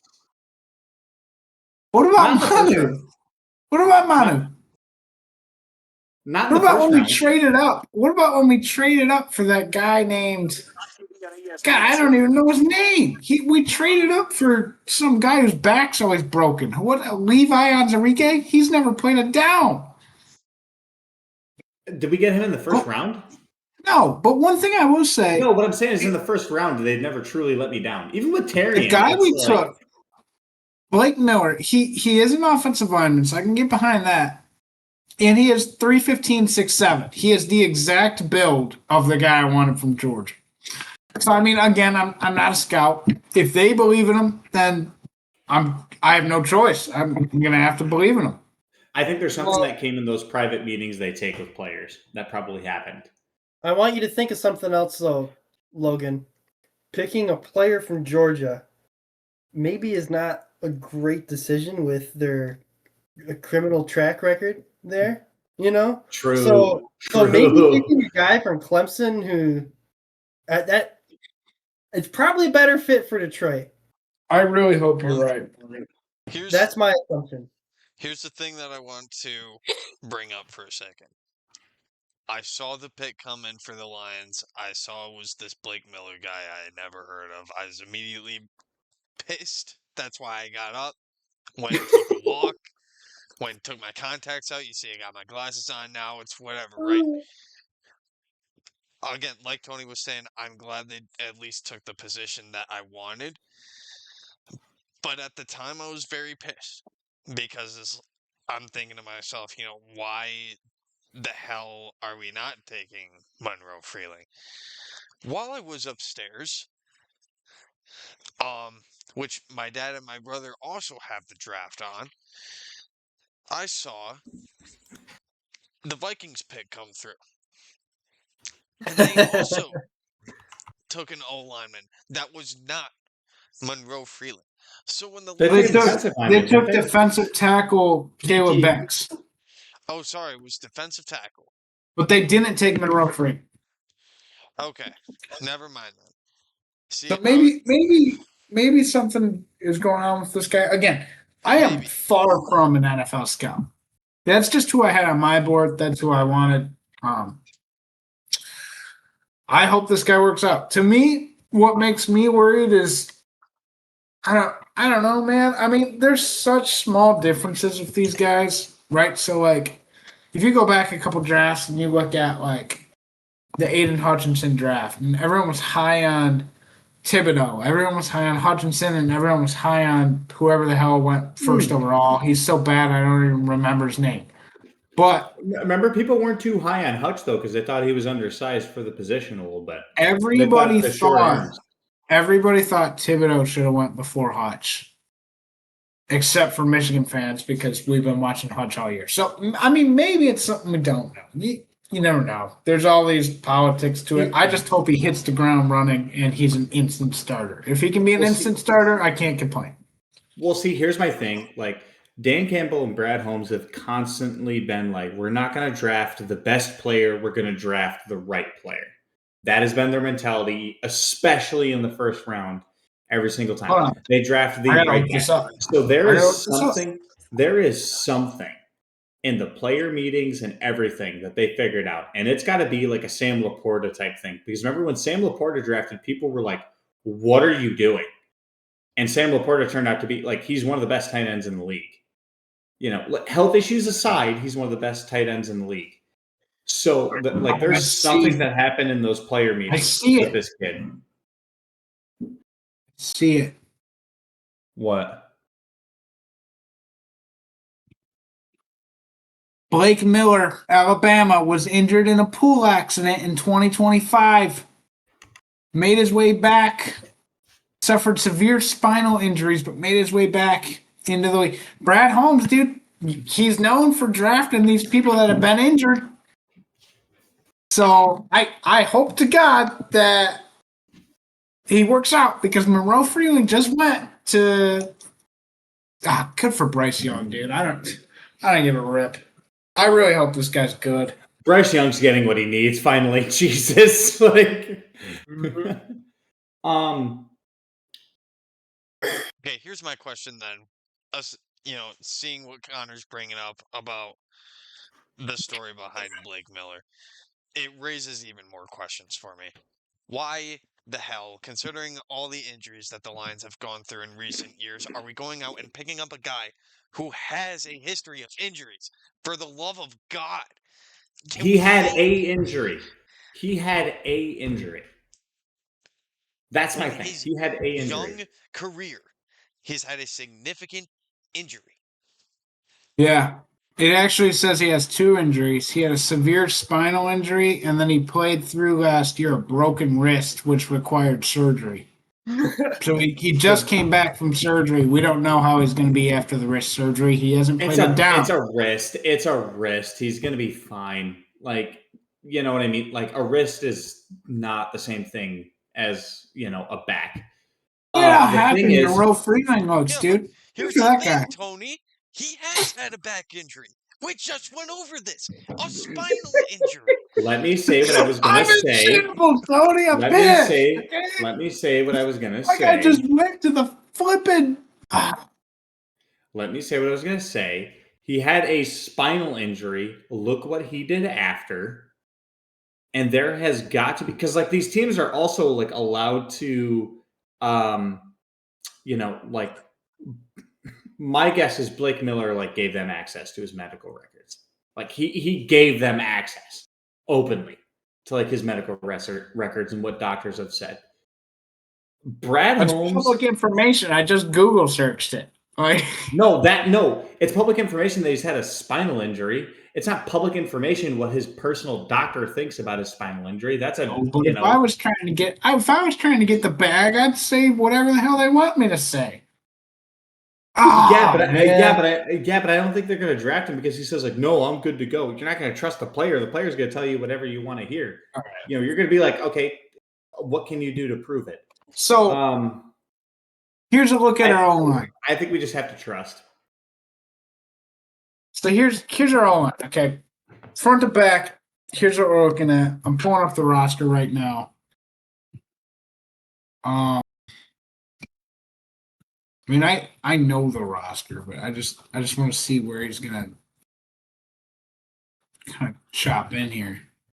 We're gonna have Frank Ragnow. Is he actually coming back? Frank Ragnow. We're not gonna have Frank. What the hell am I talking about? We're gonna have Christian Mahogany. We're gonna have who this guy, whoever we took. Oh, that We're gonna center have from the Panthers. Yeah, we're gonna have Giovanni Manu, the center from the Panthers. We're gonna have Penny Sewell. Oh, and Tate Ratledge. Okay, honestly, I'll take that though. I will take that. Oh man. I will take that for the primary reason those guys are young. That's a young group, which has its ups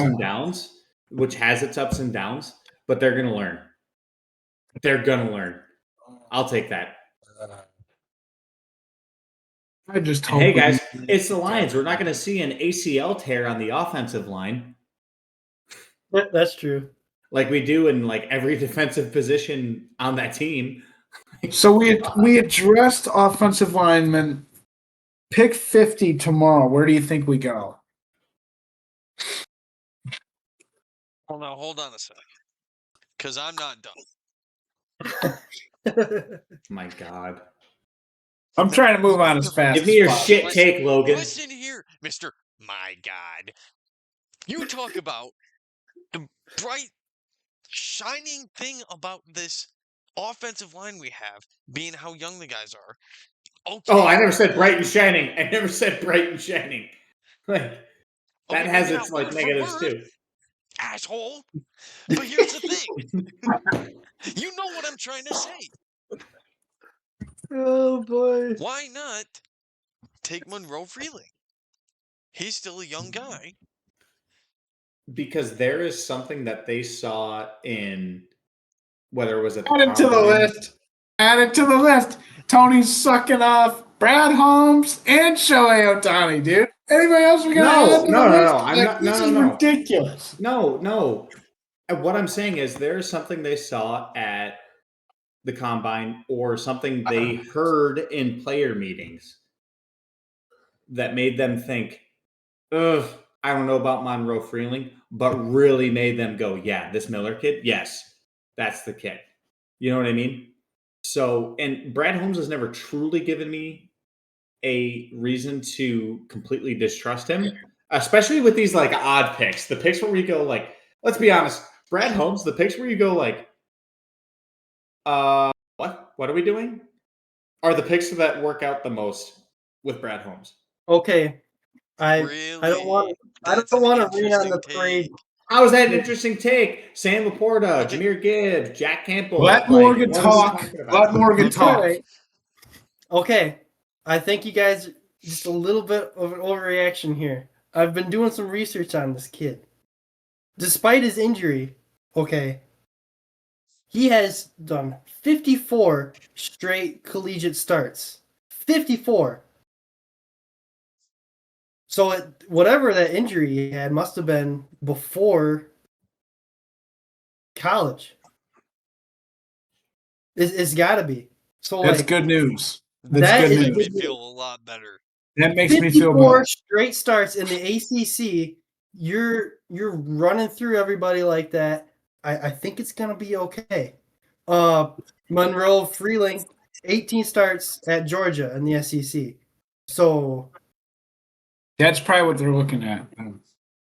I just looking at like experience, like just like how much have you played? No, they're probably looking where I was going to go there is reliability. Always been good reliability. Yeah. Of course, it's a huge jump to the NFL, and I'm sure if you had some injury like that, it's not great. But experience, there's something there. If you get 54, I'd say 54 games in the ACC is better than 18 games in the SEC. But what do I know? I think it'll be okay, and I just want to lower your guys' blood pressure a little bit. Okay, it'll be great. Right. Here's the thing, though. Clemson's known for running the ball. Do we do a shot for Blake Miller? No, a toast for Blake We're Miller. not going to divert the conversation, Tony. I'm not done with you. What is that? What the hell is that? Your $5 liquor bottle? Come on, man. This is my $21 100 proof whiskey. I'm balling on a budget, baby. Here's the thing. Notice I got pissed with Tony's take, but I was very open to Morgan's take. Now, what do you think the difference is here? Morgan made a take based on sound, solid research. Tony's take, we just gotta trust Brad Holmes. Oh, whoa. That is not just what I said. No, dude. Brad Holmes. Hold on. No. That is what your concluding statement was when you were making your main argument. You said all that shit, and then you were like, I think we just gotta trust. That's exactly how it went. Here's my thing. Brad Holmes, on these really weird picks where we go, what the hell, has almost always, if not way more often than not, it's been like a good pick. So I'm going to trust that he has a reason. In the first round, yes, it has. In the first round, yes, it has. In the first round, oh, you're gonna point to one guy, dude. The first round is a gimme. They can take anybody up there. They're pretty good. Exactly. Oh, do we want to lay a bet? No, it hasn't. Been the same case. Do we want to lay a bet? Okay, how about this? If Miller looks like absolute dog shit this year, we get together at the draft next year, and I buy a round of drinks for everybody. If I'm wrong. No. Here's the thing. Miller is gonna be good. Okay, I gotta believe that. I'm believing in Brad Holmes, but your argument because of it is BS. Because Brad Holmes trades up for guys, and he's like, "Oh, let's trade up. Let's package this guy, this guy, and this guy." And in recent years, it has not worked out. Has he had some great draft picks? Yes, but has he had some loser ones too? Yeah, dude. Manu was a bad pick. I'm not saying he hasn't had bad picks. I'm saying more often than not, it's been good for the Lions. It's been a positive. Not recently. How about this? Yeah, no, How about this? Recently. Not in the past couple of years. How about this? Next year we get together at the draft in person. B-dubs, I don't care where. If Miller is a better offensive lineman than Freeling, I just get the satisfaction of saying I told you so. If Freeling is a better offensive lineman than Miller, drinks are on me and food are on me that night. You keep bringing this back to Miller. The main argument here is not about Miller, as Connor has clearly stated. This is about your defense. It sucks, Tony. Yeah. Do the research like Morgan does. Okay, I got to bring something else up. I'm gonna change the subject before. I think you guys are insane. I'm gonna change the subject. My take is bad. That's fine, but do you guys think the Lions are going to take in round 2? What direction? They have pick 50. Do you think it's going to be an offensive tackle? Do you think it's going to be a defensive lineman? Where do you see the Lions going? I prefer defensive lineman, but I don't know. I'm more like annoyed at Logan right now. You son of a bitch. Like, the reason why is my argument of like Brad Holmes has earned my trust a bad argument? Why is that a bad argument? He has. Because it is. I've been trying to say, and you keep butting in. The past couple years, it has not worked out. Jahmyr Gibbs, sure, worked out perfectly fine. Sam Laporta, sure, worked out very well. Name one pick that has worked out like that in the past couple years. Jack Campbell. They drafted Tony. Jack Campbell, Hey Tony. Here's a refresher for you. They drafted him well above where he should have been drafted. Hey Tony. Here's a refresher for you. Okay, here we go. You ready? Brad Holmes traded up in 2024 5 spots for Terrion Arnold. How's he been? First round pick.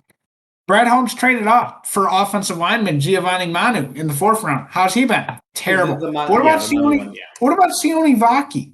Because he acquired him in a trade. I barely heard his name on special teams.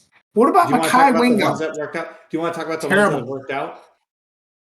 He traded up in the 3rd round to get Broderick Martin. He has not even seen the field. Like, this is all recent, dude. Like, he didn't trade anything for this one. What I'm saying is he didn't give anything up for this pick. So he knew. So all I'm trying to say is Brad Holmes, there is something at the combine as far as interviews or as far as play that drove them off of Freeling and towards Miller. And he knew he didn't have to give anything up for Miller. You're right. That is my argument. Okay, but I am going to. It is.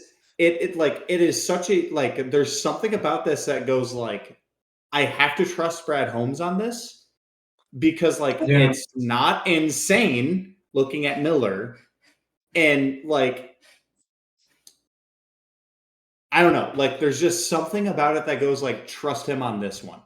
I get what And you're same saying. thing with Gibbs. Like with Gibbs, I was like something says trust him on this one. I wasn't. I was a hater. I was like, Gibbs is a terrible pick. That's all I'm I saying. had no idea who Gibbs was. So maybe I didn't that was state it. stupid. So maybe I didn't state it as good earlier or not, but there's just something. He didn't have to give anything up for this one, and he was very confident in it. So like, I'm gonna trust him on this one, and like, you know, I'll eat my words if I'm wrong.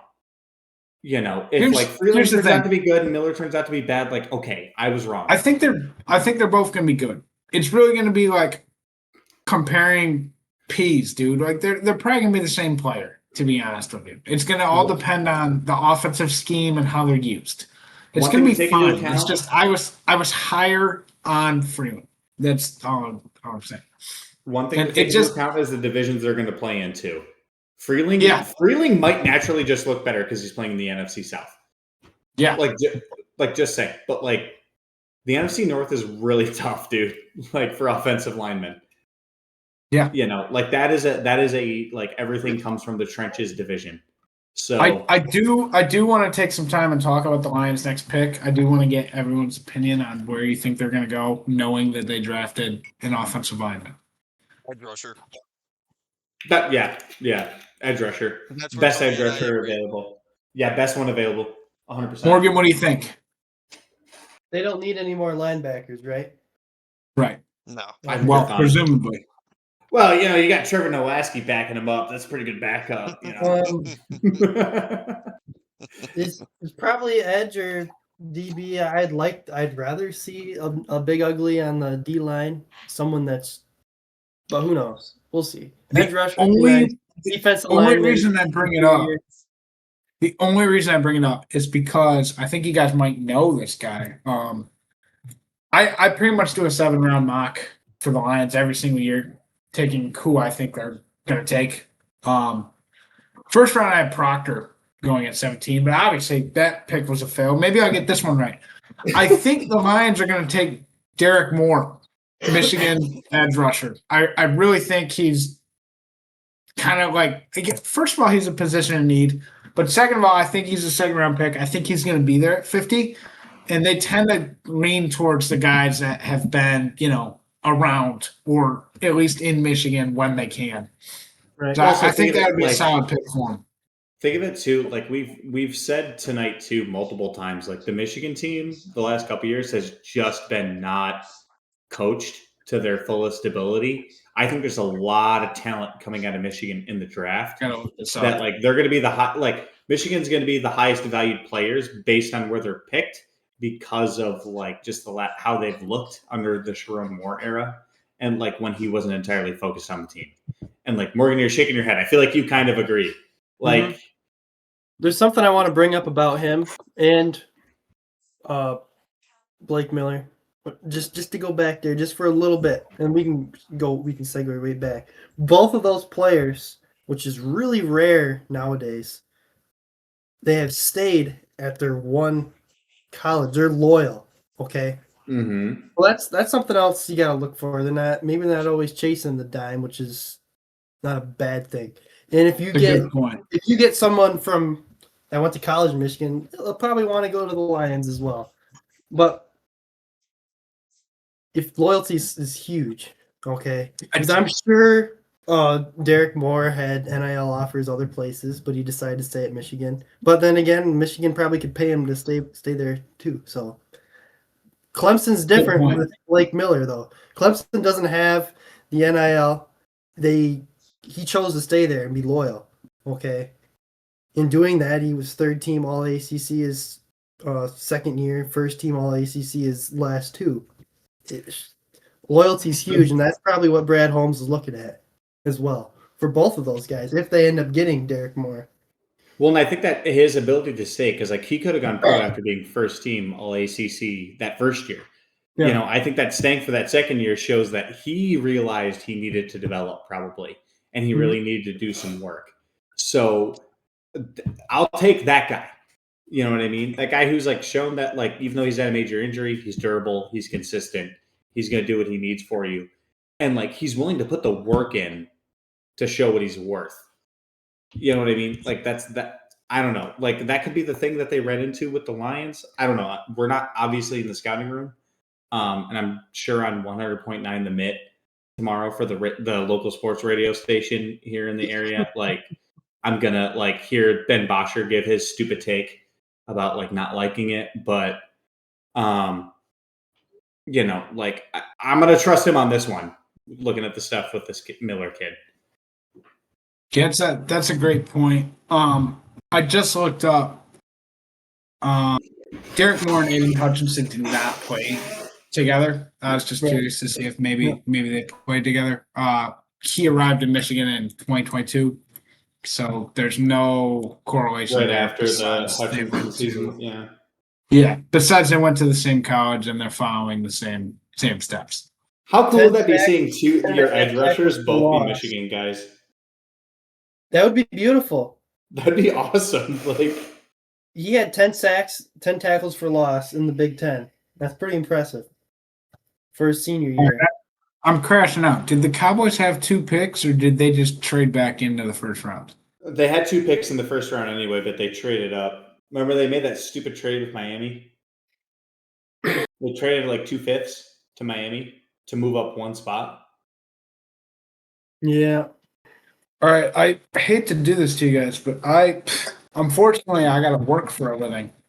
And I work early tomorrow. So I think I'm going to have to flip out of this podcast here in a minute. That's okay. We can keep it closing going. thoughts. Closing thoughts that I want to say before I get out of here. I don't hate it. I think I would have crashed out more if they didn't take an offensive lineman. The big part for me is that at pick 17 we had to get better. Okay. And is this guy going to be a day one starter? I don't know. That's where I hate it. It's because I don't know anything about this guy. Like, if I wake up tomorrow, do some research, and everyone's like, dude, this guy's awesome. He's a bona fide stud. He's going to start day one. It's going to be great. If that can happen, that's going to be great. If he comes into camp and he looks terrible and he looks like he's going to have to sit a year or just not be that guy, it's not going to be good, because Freeland was ready to go day one. You know, he would have shown up to camp. He would have been taking reps with these players on our team, and he would have fit in. Like, you know, he's supposed to be there. But I'm hoping that Brad Holmes knows what he's doing here. So that's just what I got for the draft. I have to stay tuned on the rest of the picks. Okay, I don't know Connor, if we'll get before back you on go, it. I feel like we do you have felt a the same player of way, week, Connor. Well, No, before sorry. you go, Mark. Connor, Say do what you you were have a going to player of the say. week? Player of the Oh, week. shit. Oh, brother. We haven't talked hockey. We haven't talked hockey at all. I do have a player of the week. It's gonna be Philadelphia, dude. I gotta look up this guy's name. The whole team. He is carrying.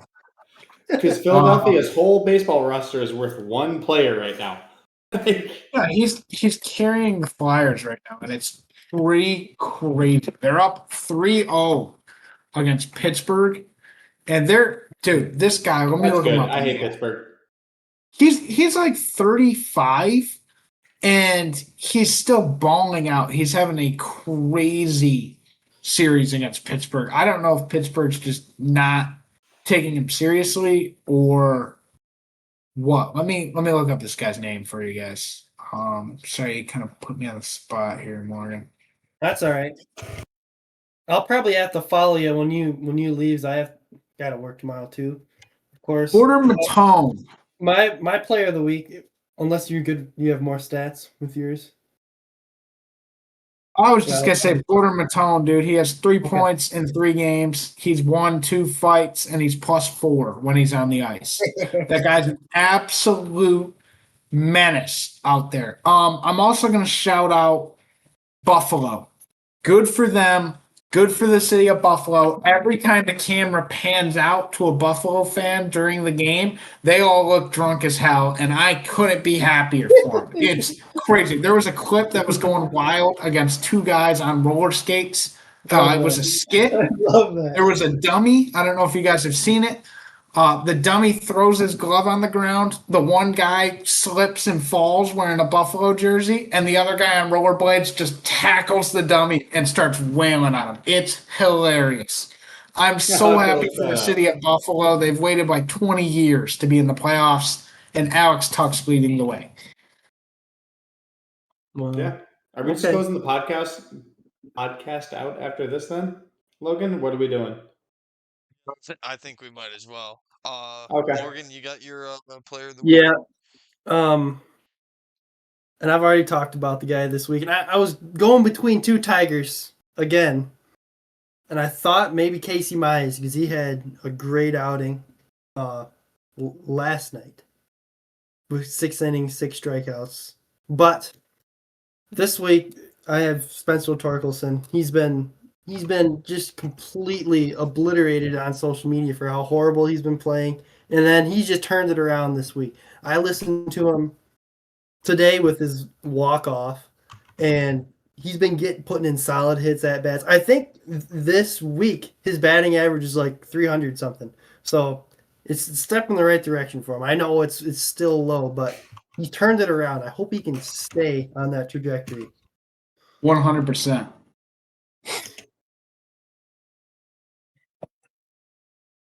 Tony, go ahead.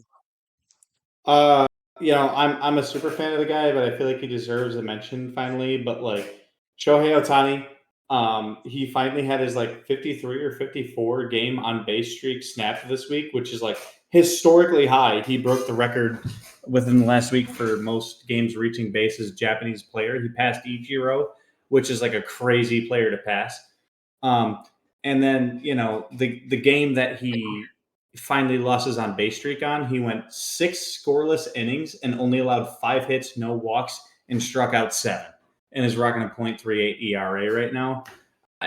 That's my player of the week. You can call me a toxic Dodger fan, whatever, but like definitely deserves it at this point. I'm surprised you haven't done them every single week. Honestly, Tony, every single Look, week. I'm a super Shohei fan, but I try to steer away from that guy. But like that's just too much to like not get player of the week for me. So Yeah. No, that's valid. That's valid. My player of the week, significantly helped the Pistons in their bounce back after a terrible game 1 in the series against the Magic.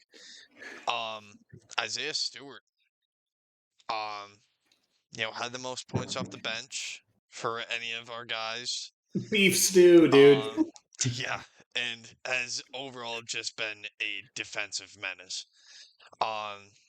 There was something about the Pistons having like 6 block shots, maybe 7 block shots in the first quarter in game 2 against the Magic.